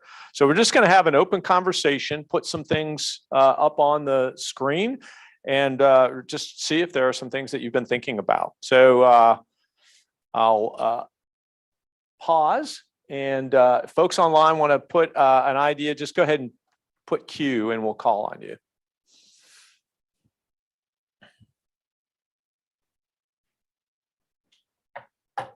Getting you at the end of the day on Friday here. So rather than have some dead air, Chris and I have had some conversations. Yeah, go ahead, A few years ago, we talked about the use of the consent agenda at the TCC meetings. And we talked about that it probably wasn't appropriate since they were trying to use the consent agenda at the executive board, and that meant that no one had reviewed something. I think that to some extent we've been kicking around, but what I kind of like, and they're just throwing an idea, we can talk about the mechanics of it. If there's like a smaller group of TCC members who were vetting some things, we could possibly come up with something, and that could also help with some of the issues we're having with so many new members and kind of everybody trying to catch up with things. If you rotated in and out of that smaller group, and then once those were vetted, then they could go on to a consent agenda. We can also deal with it. We talked about through getting better information at that, but basically what we're trying to figure out is somebody needs to vet something at some point before it goes on the consent agenda.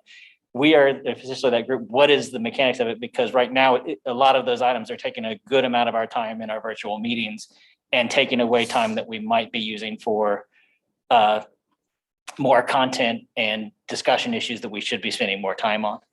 Hey, Tim, so this small group would vet issues before they went to the executive board? That's just a concept. That's sort of a That's a concept I'm throwing out. And again, what I'm saying is the advantage of it might be that you could have a certain basically a structured time when people go on to it, where they spend amount of time, and you have different agencies that are represented or whatnot. So anyway, that's.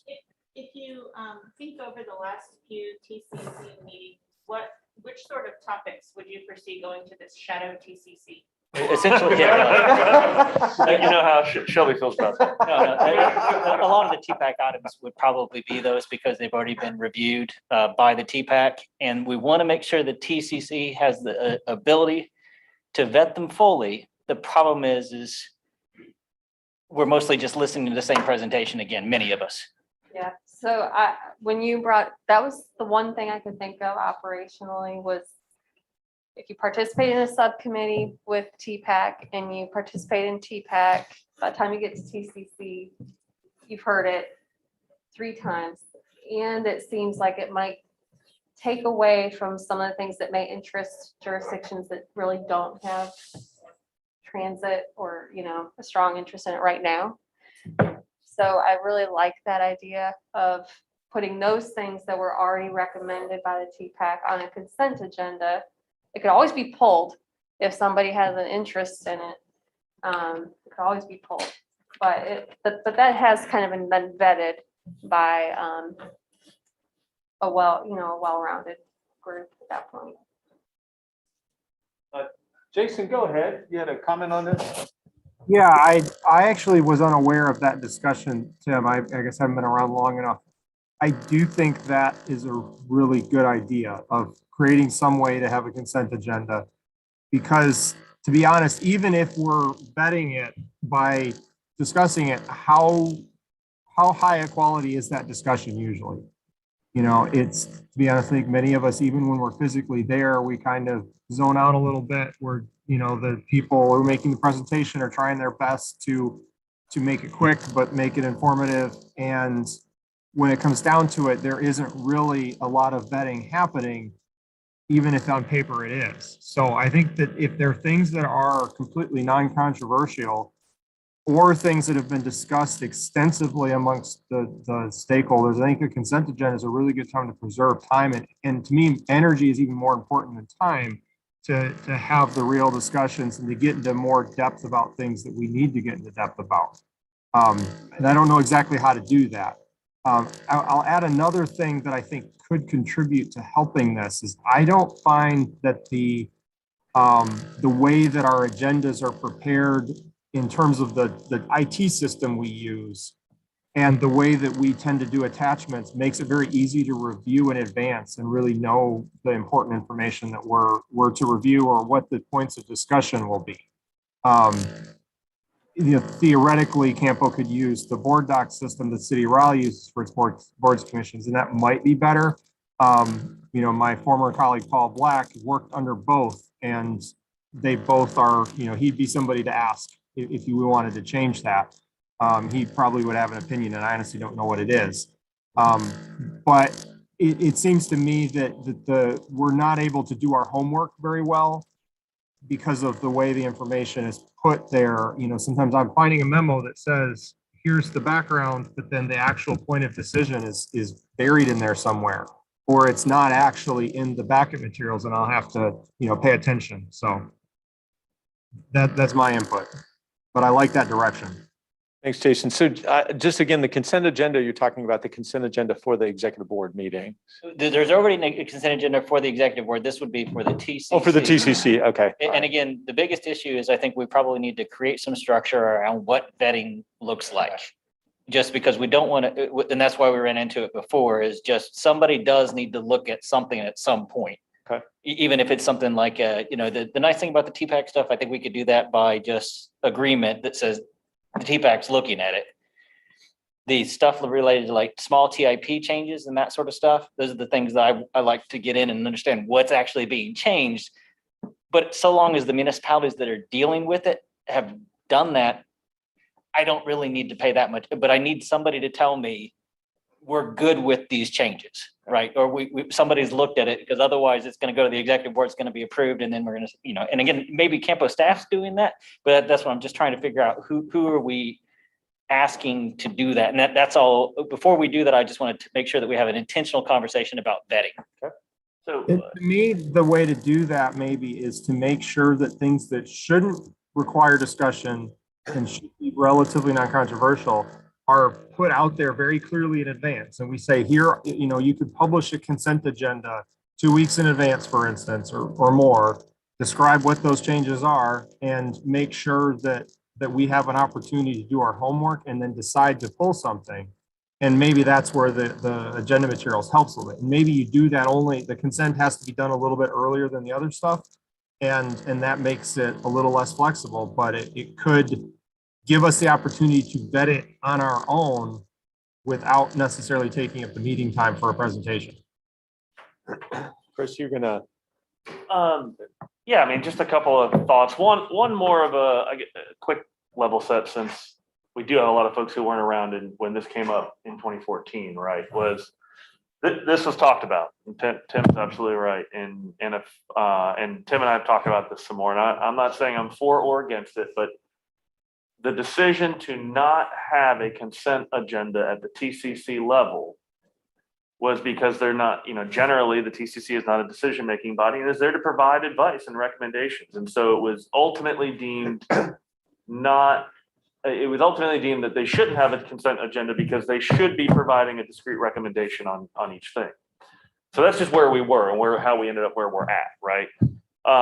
Recognizing that we didn't have something like the TPAC for the transit stuff. When all of that was created, I for one was very adamant that CAMPO has its process, and something coming in from a new entity like the TPAC, even though we administer the TPAC, we'll have to go through that process, right? And while the executive board doesn't need any action from the TCC for any item they make a decision on, they generally prefer that we bring things through unless it's of a policy nature or something like that where maybe it goes to them first and then they'll decide if they want to kick it back. But with the Wake Transit stuff, maybe that is just a thing where it's on the agenda, but if there's a recommendation from the TPAC, it's there for informational purposes and it can get pulled from that sort of informational section, whether we call it consent or not, I don't care. And then there can be more discussion and maybe another recommendation, but I'm not picking on Shannon, but I'm just thinking of like the art policy, the other, that's been recent. You had concerns about that policy. You made it, you voiced and made, I think, a very articulate argument at the TPAC and then the same argument at the TCC. And we ended up with the exact same vote basically. So maybe that makes a lot of sense, right? TIP amendments, that might be something else where it makes sense. I think that you'll want to think through those things, right? And if they are run-of-the-mill things, we'll put them out there. They'll be with the agenda. They're generally on two cycles, because there's something like that. There's a comment period. There's probably a hearing, and then it moves on. So there's two bites at the apple, if you will. And that might speed some things up. Hopefully, no one had a problem with yesterday's meeting. We were done in an hour and 2 minutes, I think, if I remember right. And I probably could have talked less about the MTP, and we would have been done in under an hour. But so that's something for you all to think about, right? And what I'm hearing is we need to look at something, right? We don't have to decide as part of the strategic plan, but this is a to-do, and we should take it up, during a future TCC meeting to figure out what we want. Yeah, and our job, our role, our purpose today is not to figure it out. So we just want to be able to flag it and get clear on what the need is. And go ahead. So I don't mind if you pick on me, and I would have been happy to have not had to say the same thing, especially for that one. And I knew I was going to be the only one. I could have just gone and had that be on consent and be okay. But I do think that some of the other ideas that we discussed today, if we could take some, and maybe it's just the transit stuff, the TPAC stuff to start with, who knows? But if we could put some of that in an informational or consent section, it creates an opportunity to dive into some of the things that we've discussed, like legislative updates, a little bit deeper into some of those sorts of things, like, new funding that might be coming. So it might create an opportunity that would be helpful.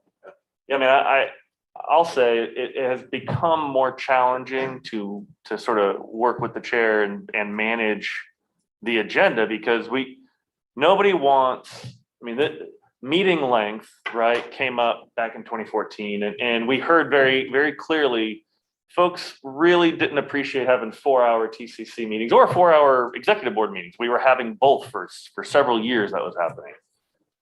But they also, wanted to make sure that we weren't speeding up for the sake of speeding up just to be in and out of a meeting. And we had to try and find the right balance. And from 2015 till we started getting the heavy Wake Transit set of agenda items coming through, the feedback that we would regularly hear was we probably have the right mix there. Meetings tend to be between an hour and a half. Folks have the opportunity to talk as much as they want on an item. But if there's not a whole lot of discussion, it's going to keep moving forward. And if that's where you guys are all at still, then I think there's a way forward with that. Like we've been talking, maybe we figure out exactly, maybe there's some sort of transit consent agenda, or maybe it really just is a consent agenda where other TCCs out there with other MPOs have consent agendas, right? So it's not like we can't do it. It really is two things, right? What do you all want to do? And then does the executive board agree? With this kind of thing, you'll have some latitude, but they're going to want to, I think, know and probably weigh in, and they'll largely respect what you guys want to do, unless it's like, well, no, we want you to weigh in on each one of these things. John, go ahead.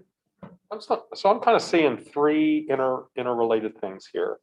One is, I'll kind of come back to, comment I think Juliet made, which is she always kind of wonders what people are thinking around the table. Because it's not, there's a lot of people who will, might go to a full year of TC meetings and never say boo.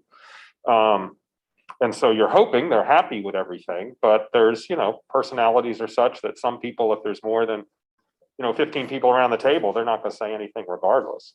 So there's the, how do we ensure we understand what everybody's thinking?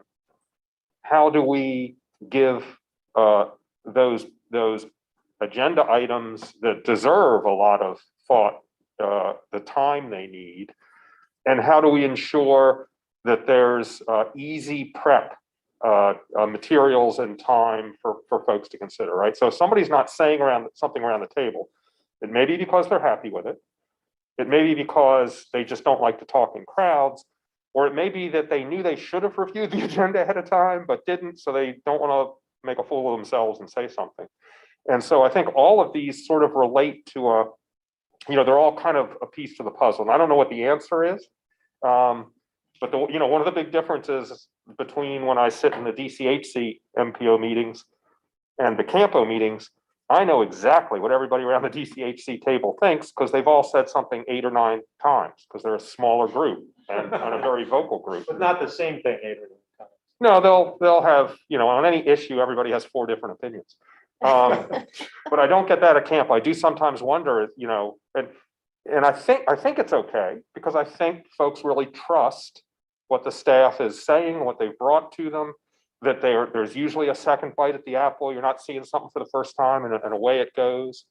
But you never know. So if there's some way to think creatively about those 3 things, the materials and how they're presented ahead of time so folks can engage relatively easily, how to encourage them to engage within the meeting, and then how to make sure that the agenda items at the meeting are the things that are most important for them to engage at. So for example, if we've had 27 UPWP amendments over the last 2 years and nobody has ever commented or said anything on any of them, then that's probably a consent agenda item, that kind of thing. So I don't know how to solve that 3-part puzzle, but I think they're all related. And what I'm hearing is, that's one place to look to see if there might be something we would do different. And I think you also have to monitor that. So we talked a lot at the top of this meeting about the trust, and you just mentioned it again. I think our executive board has that level of trust in what we're bringing to them because it's been vetted through the TCC. That's my main problem with, the shadow TCC reviewing things in secret and passing forward a recommendation, because you are going to have people who are not reviewing the agenda or can't access the materials or don't understand the materials. And maybe you're pulling off things to think about and talk about and have presentations about that you think are important, but how do you know that's the same thing that Ben thinks is important or that Tim thinks is important? How do you balance that between our 40 TCC members? And just making sure that we're maintaining that level of trust and that people can trust what we're saying because they know we're explaining to them at meetings what's going on. And that's a super important point. So to the degree one errs on the side of one way or the other, I would always err on the side of bringing it up and providing folks with an opportunity rather than erring on the side of, this will save us 2 minutes in a meeting. Yeah. The other thing to think about with that is if, I was just thinking like the Wake Transit stuff, it's already been vetted by 3/4 of the TCC. I mean, that's the truth about those items. maybe it's as soon as somebody's walking up to the podium or our virtual podium, there's an immediate motion by someone to approve that item, and they're like, oh, we don't need to talk about this one. And if there's a second, then you just move on, right? You need like an instant motion button or something. I don't know. And so for me, what's interesting about it is so there's a couple different things. So if you put it out there that what we're looking for is through the process stuff on a regular TCC that we need to do to keep the executive board moving, we're talking about an hour, 15 minutes. And then what we're doing is what are we reserving that time for? And I think Jason's point is really well taken, that it's not time, it's energy. What are we actually focusing on? And I think that's where we may want to get creative about the mechanics of what we're doing. So like John's saying, there may be people that aren't talking during those timeframes. Maybe we spend, I wouldn't do it every meeting. I'd do it like maybe every other meeting we have something that's just experiment with the mechanics of it. Like, for example, what we would do is bring in an issue item. So we talked about some things that we might want to take to subgroups and do some thinking about, like the transit networks and that sort of stuff. We present it for 45 minutes, or we have 45 minutes to do that. And we actually try to get some vetting. We might bring in some issue areas from like an area plan and talk about that or something like but you're trying to make it structured and intentional. And if it doesn't work, then we scrap it, right? And so like what I was talking about with the, I'll call it the shadow TCC because it's fine, is that you maybe have 2 people that stay on for 6 months, 2 people that stay on for 2 months. That's where you're actually intentionally using the newness and the fact that you're just doing these things to try to train, but also, vet at the same time and really kind of experiment with what we get out of it. And if it doesn't work, then we go back to something else. And that's to me, it's basically trying to figure out what do we want the TCC to be spending its time on. We know we need to do the procedural stuff and we need to do the procedural stuff well. I'm not saying we don't vet these things. I'm just trying to figure out, is there a quicker way we can do it where, and Jason's probably picked up the biggest thing is give it to us ahead of time in a way we can deal with it. And then we should have done our homework, and we'll let the things move. But there's also this potential, maybe you want to have, a 40-minute conversation where you just go through the 3 items. I don't know. I mean, for me, it's basically trying to balance that. But again, what you're trying to do is reserve time for something else. We don't know exactly what that is. And to John's point, even if we do it, it might end up feeling just like the agenda items we have today, unless we do something weird with that. Because, now we're going to have a more interesting conversation on the MTP update. And if half the people are disengaged, we're just wasting our time again because we're not getting energy into that product. Yeah, I mean, some of our agenda items or some of the topics that we cover, I think it's interesting because, just like yesterday with the MTP agenda item, what we needed to do was focus on the last little part of that. But walking into that and saying, okay, I have made the mistake with the MTP agenda item of walking in where we left off, so to speak, and then finding out that there's some people in the room or in the virtual room who like, well, no, I should have started at the beginning just to remind and refresh everyone where we're at, right? So there's always a challenge, I think, for anybody who's you all deal with this at the local level with your boards on a topic that spans multiple meetings, right? And I think even some of the Wake Transit stuff ends up being that way. I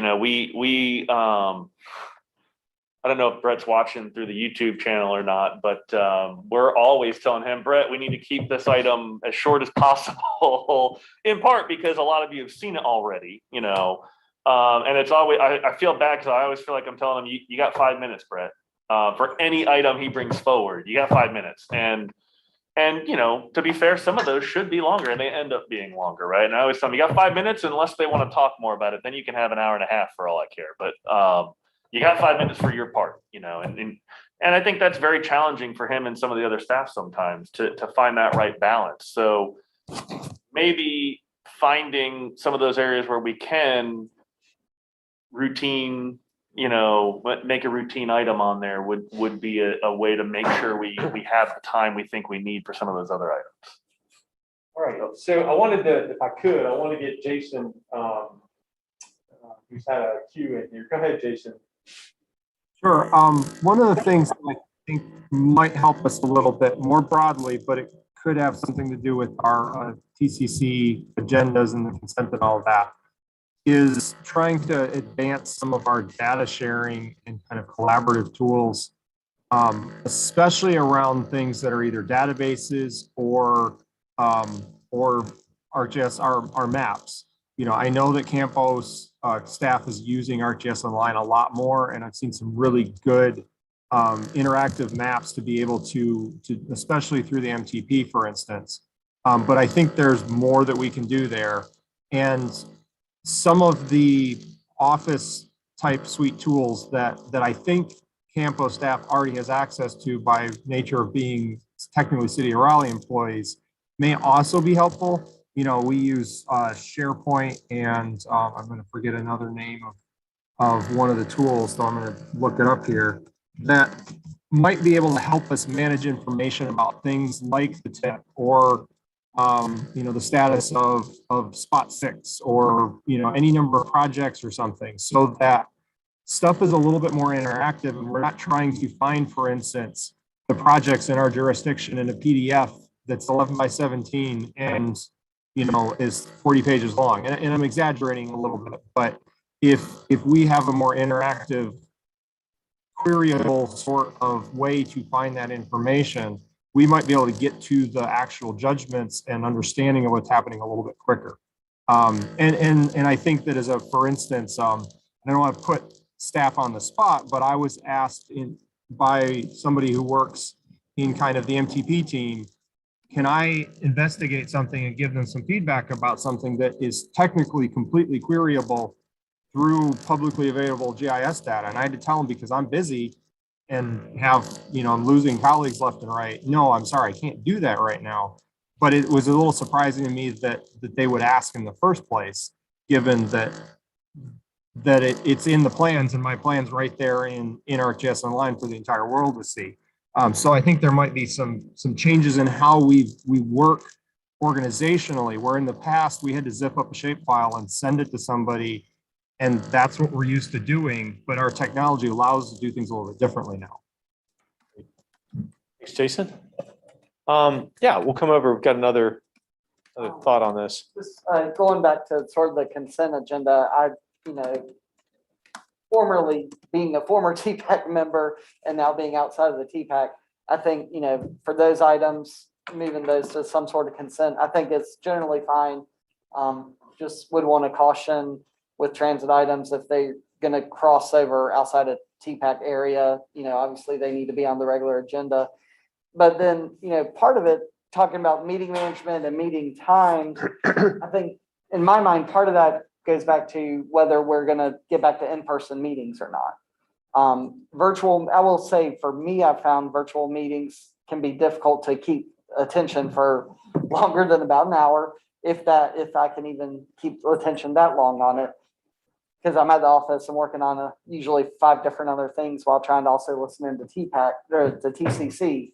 So I think some of that, you know, if we do, I'm assuming at some point we'll probably look at going back into in-person or maybe some sort of hybrid meetings. But if we go back in person, then I would not want to shorten the meetings up so much where it's almost not worth it to come in, you know, which we had a few there for a few years where, you know, we had like 30-minute TCC meetings. It's like I spend more time driving to and from Raleigh and trying to find parking than I do in the actual meeting itself. So I think it is, while I appreciate having expeditious meetings at the same time, we need to be careful, especially as we go back more in person. If we do get back more in person, making the meetings worthwhile. But I do think having some level of consent agenda for some, you know, non-controversial regular items could be good to allow us more time to really dig into some of the other items in more detail.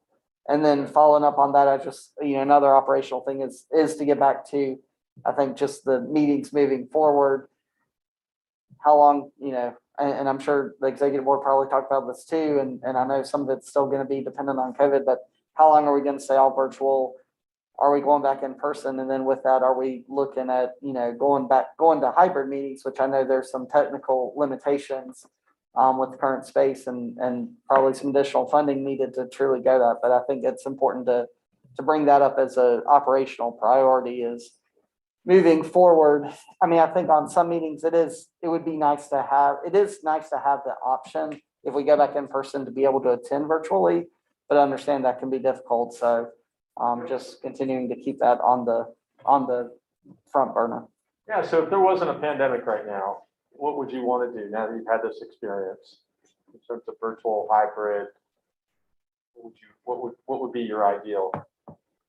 Really opening that question for. I mean, basically, if we're doing what we've been doing the past time, I think that there's a lot of benefit to virtual. Keeping it If we get to virtual? the point that we have the conversations that we might need to be having, those can actually happen very well in person. And I think that's where like something like a retreat, that sort of, there's a reason to have the back and forth, but when we're just, yes to alling, it actually is very, very beneficial and probably very cost efficient to have them online. And again, I don't have a particularly long commute, so I don't have the biggest dog in the fight in that, but to me, that there's something to be said that we could also use the flexibility in what we're doing. So if it is just a procedural meeting, then that's an online opportunity, and we could do that like every other or something like that too. You're just trying to figure out how that works. Okay. I will say, I mean, I think ultimately it would be nice to have the option to be in person or virtual. Yeah, I think the hybrid is probably the. But I think, one of the problems with all virtual, and I think we've seen that a little bit, is that it does, not that it necessarily stifles discussion, but it is a lot harder to have that discussion in an all virtual setting.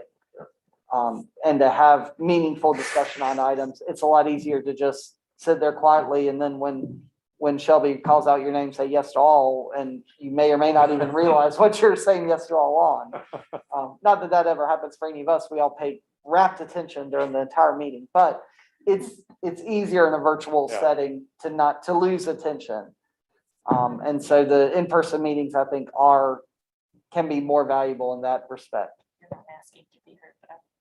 Yes.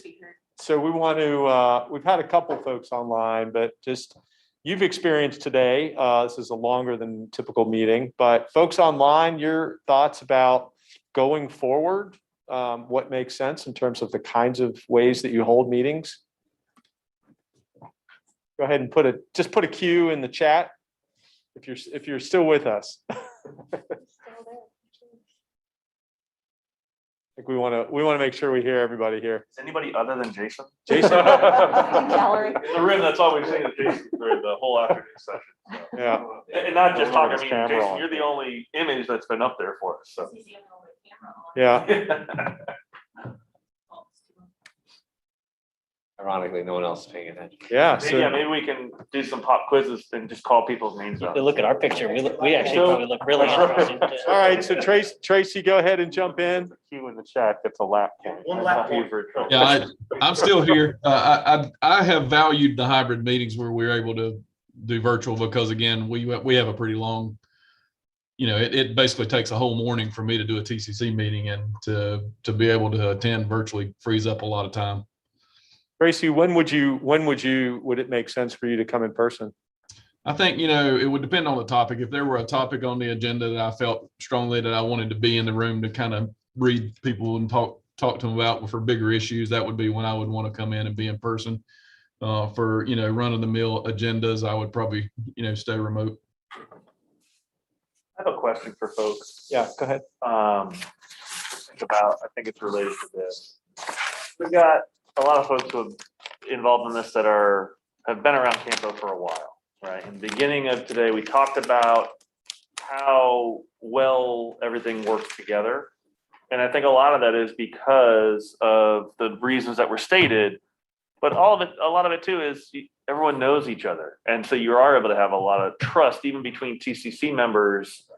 But I think since the pandemic started, we have 7 or 8-ish new TCC members, some that are new to the region, right? And I've never met in person some of these people. I've seen them on lots of screens. I've never met them. And I wonder, I don't even know if it's a concern. I wonder whether or not some of those great things we talked about at the beginning of the meeting will get lost as that goes on. Certainly paying attention to things has gotten lost. I mean, we've seen just from feedback that we've gotten, you know, we might have a CTT meeting going on for a particular special study, and something is in front of that CTT virtually, you know, for months. And then we get towards the end and all of a sudden we're getting questions about, well, where did this come from? Why isn't this here? What's that? Like, what? You obviously weren't paying attention to 4 meetings that you were logged into, right? So I think that there's, I guess, a question in my mind about staying 100% virtual in perpetuity, right? I think wherever we are, you know, physically in the future, even if it's staying in our existing location, we will have the technology necessary to do what we need to do. I've made the decision not to go spend $30,000 on new AV equipment for the meeting room if we don't know we're going to be there at least for another 5 to 7 years, right? And that's what we're talking about, is somewhere for the big meeting room, about $30,000 to make that work, right? So in the grand scheme of our budget, that's not a huge amount, but it isn't, you know, it's not like $1 or $2. It's going to be pricey. So having said that, you know, maybe this hybrid option, we need to explore a little bit more and figure it out. And maybe it will involve a change to your bylaws, similar to what we had to do with attendance, right? Where even before we had virtual, maybe it's something where, and I'm just throwing this out there, I haven't really thought this through very much, but maybe it's like you have to be in person at least once a quarter, right? But you can be virtual the rest of the time. We physically have to see you from time to time for all this to really work. That's the underlying thing, you know, I think that we sometimes forget about, like the secret to our success we take for granted. And a lot of people do this, right? Not just in our region. And we've got to make sure we keep that appropriately focused and centered. Yeah, reactions to that. So, just want to make sure I'm not taking somebody's turn. I agree. I think there's something missing when we're always virtual, and I'm afraid, like, if it was hybrid, I would tell myself I'm going to go in person now and then, but then there probably wouldn't be very many other people, and I'd decide it's really nice to stay home and I'm just going to do my work while the meeting's on. So I think I like the idea of having some way to get people to come now and then. So maybe that's pairing a meeting with something focused on, you know, the southwest part of the CAMPO region, or something focused on the bike ped sharing that their group came up with. You know, so it's not just coming for the TCC meeting, but there's something else you're interested in. I don't know. Maybe we have a quiz every month, and the first 10 right questions get a virtual seat, and everybody else has to come. We can have fun with this. And Jason, we've got your comment here that, you know, maybe it's a monthly virtual meeting and then you have quarterly or in person. So, I mean, there's different sort of formulas. Yeah, I was gonna follow up on Shannon's comment. I think, you know, something like that, but to follow up on your comment where, you know, if you had the virtual option, you probably choose virtual more often than not. And then, you know, if you had a requirement to go in person once a quarter, if we don't have that, I think the important thing, if we do something like that, would be then once a quarter meeting, like everyone would have to be, there wouldn't be a virtual option. Yeah, Well, I mean, right. other than maybe just to watch it. But because I think otherwise you end up with, again, just a few people in the room, you know, each quarter, you know, each meeting during that quarter to get their, you know, check mark, but you're not. And one of the things I think that was always valuable in sitting in person is, I mean, the meetings themselves are valuable, but then just being able to see each other and then talk after the meetings with other colleagues around the region, with NCDOT folks that sometimes you don't see very often at all. And having that opportunity to talk at the CAMPO meeting when you know you can corner them. Yeah, I mean, I was sitting here today during, I mean, the virtual folks today, you maybe didn't see this, but here in the room during lunch, there was a lot of just discussion happening, right? And it wasn't about the agenda today. I mean, maybe some of it was, but I heard different people talking about what's going on in their community, what's going on in their lives, you know.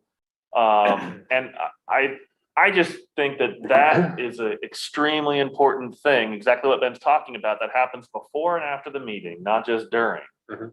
And there's also something you said for being in person, helps with attention and being engaged in something that maybe you otherwise wouldn't really care about because, hey, wait, this is one of my fellow, TCC members. I want to try and help them out if I can.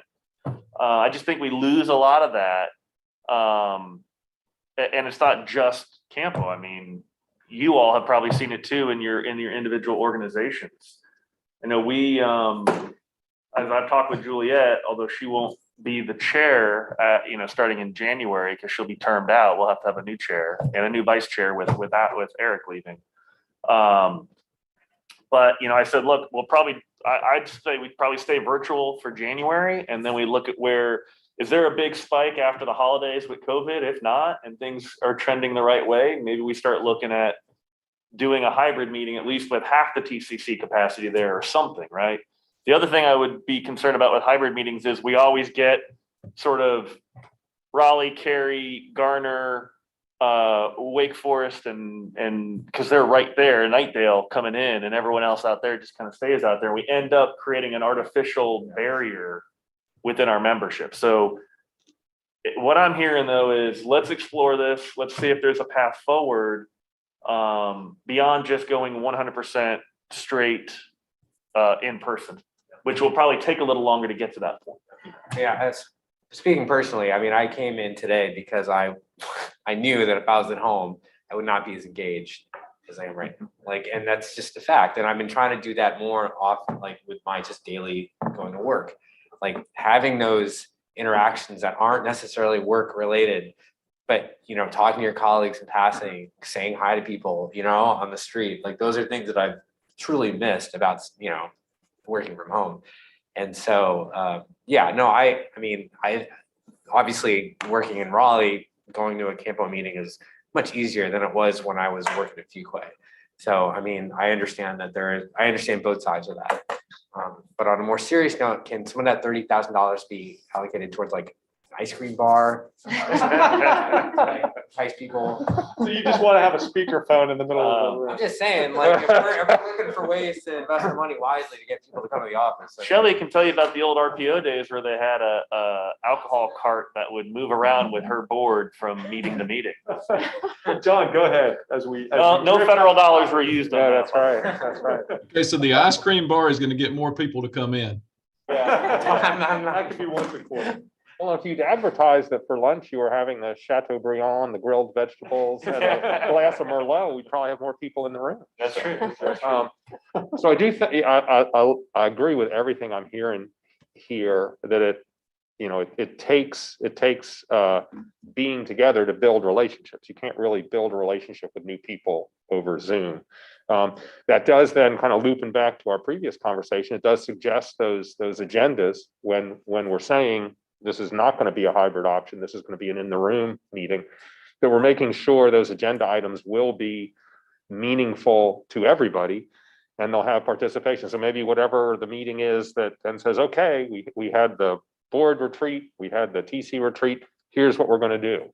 Here's how it's reflected in our next UPWP. Here's all the studies that are going to be going, so that for the next year, you'll know what we're going to be working on. That's maybe when you come in, or an MTP, or a policy priorities thing. You think of those things where they're kind of meaty and where the views of the technical folks would really matter, and you're setting it up to really extract their engagement, would be probably part and parcel of it. But I agree with all these comments.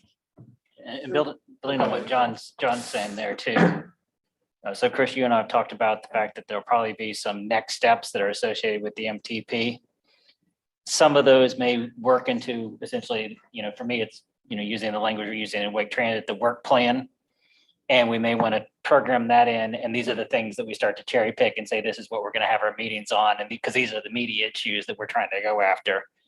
And, actually possibly even saying that to the executive board. Here's what the TCC is going to be working on over the next, and I think that would be a good communication piece then, because then that could potentially help them understand where we're at and what we're doing too.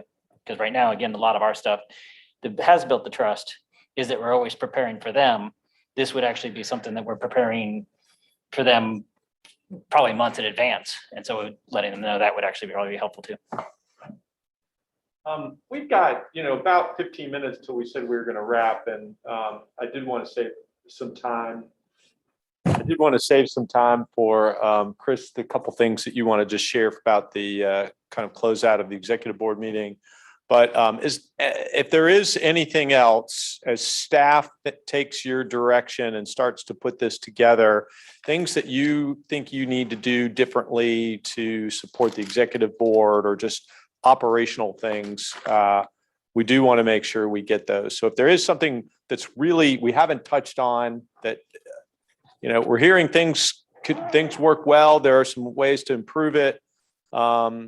Anything else just before we leave this and close out for the day? Yeah, it's tough because I think talking to Karen Airpex, they're definitely more that there's the more mature communities right now. I think a lot of the stuff that we'd be looking at from a larger standpoint would be, is there anything from a contextual it's not going to be the small stuff from my standpoint, there's not a lot of the stuff that we're doing that's the day-to-day activities we're pretty well set up to do.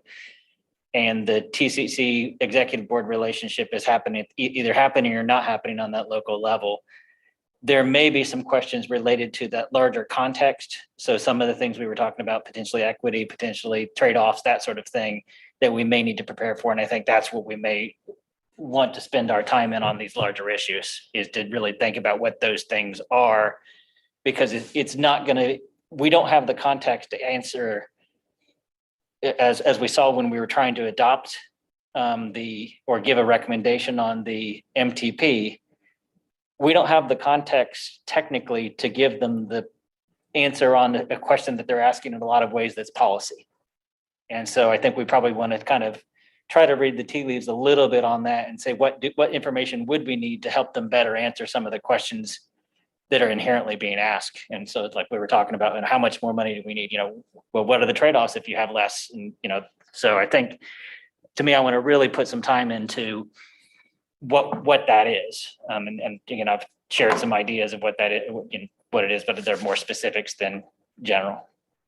So how should we capture that up here? Just, I'm just trying to make sure I get, is this kind of I think what, Tim, are you saying maybe an operational way to think about this?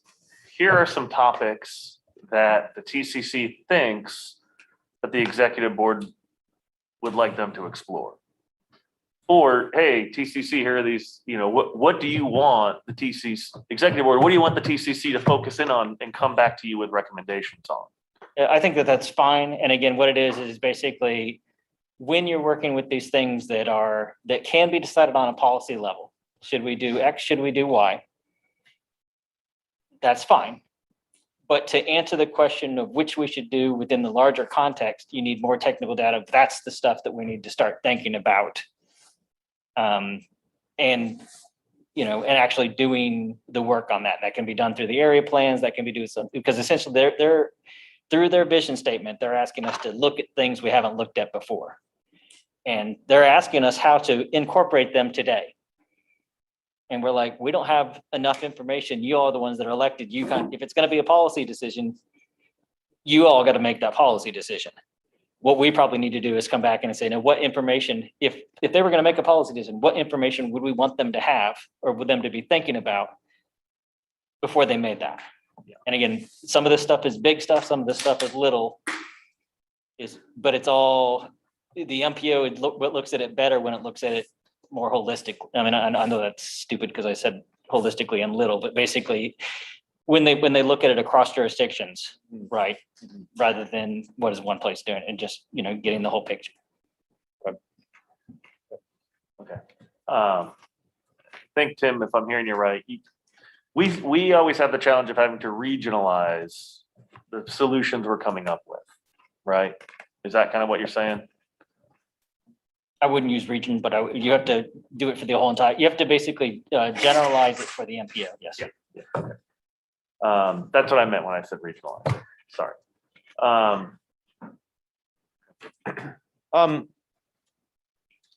All right, so just as we wrap up, a couple things, I'll turn it over to Chris just around, we had discussion about CAMPO boundaries, and we also talked about lead planning agency. And, I think just, this is really more of just kind of giving an overview, quick information about what came out of that, just to let the folks here know from that. So Chris, anything that you want to just share on those two pieces? Yeah, just a couple of things. I think, so this strategic plan update, we did delay it a year and then another year, partially because of COVID, but partially because we thought it would align well with the decennial review of the MPO boundaries and membership and ultimately the MOU and all that fun stuff.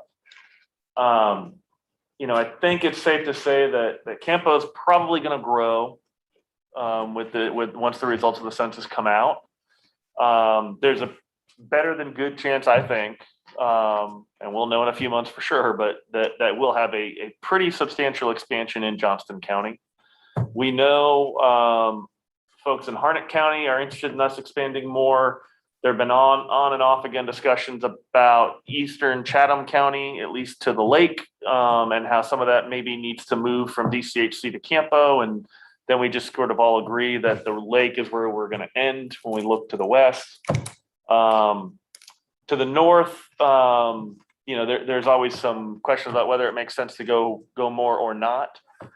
So the board has sort of given us at least initial thinking on that. They aren't, one of the terms that was used, right or wrong, was they're not interested in more empire building. We've got a big enough area with enough folks to keep us busy. But where we're required to expand or where it really would make sense, they are interested in that. So we'll be dealing with that in the next few months, and you guys need to start thinking about that. Right. If this Johnston County thing happens the way that I seem to think it might happen, that's 7 or 8 new jurisdictions at the table. So that's a 40% increase roughly of the executive board. Right. So that's going to fundamentally change the balance a little bit, at least physically, of the MPO, and that'll bring some challenges and some opportunities. And so they're going to want us to explore that and be ready to think about that.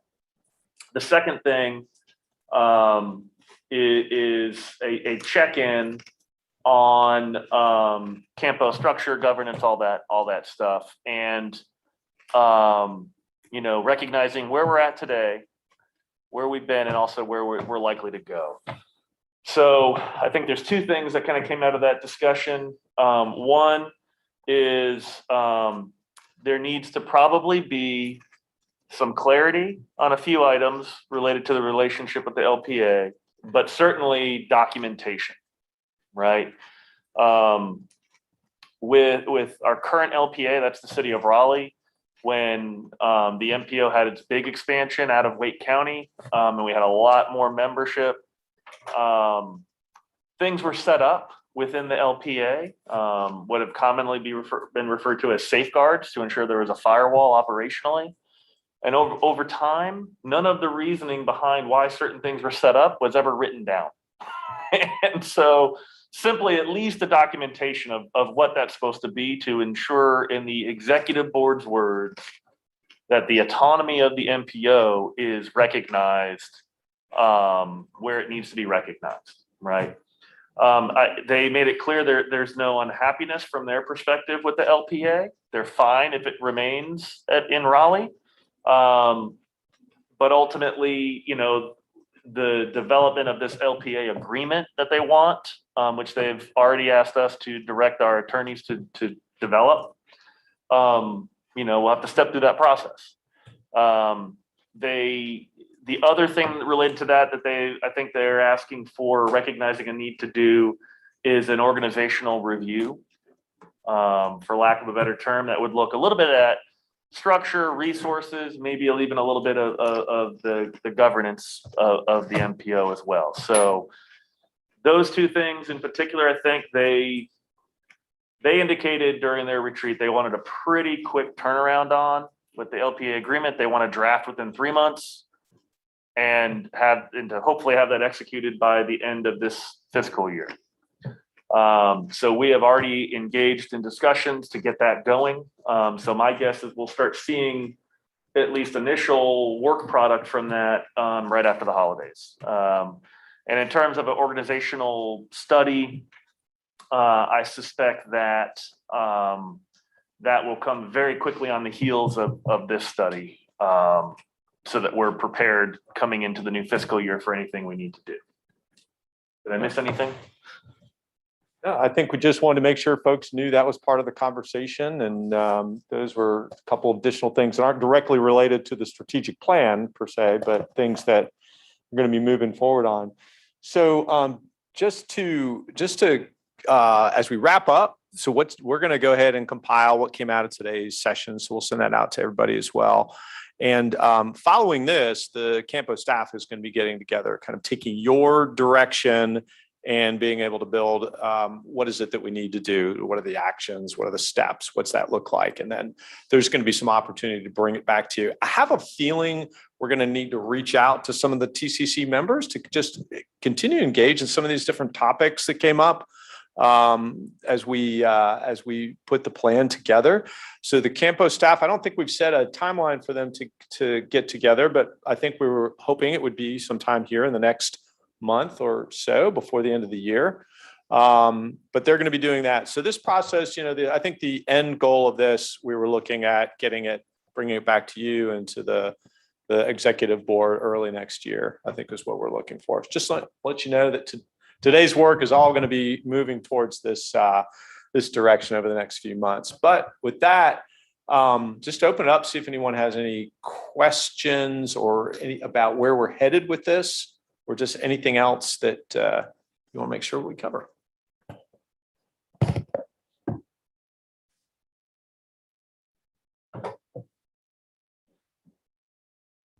Good.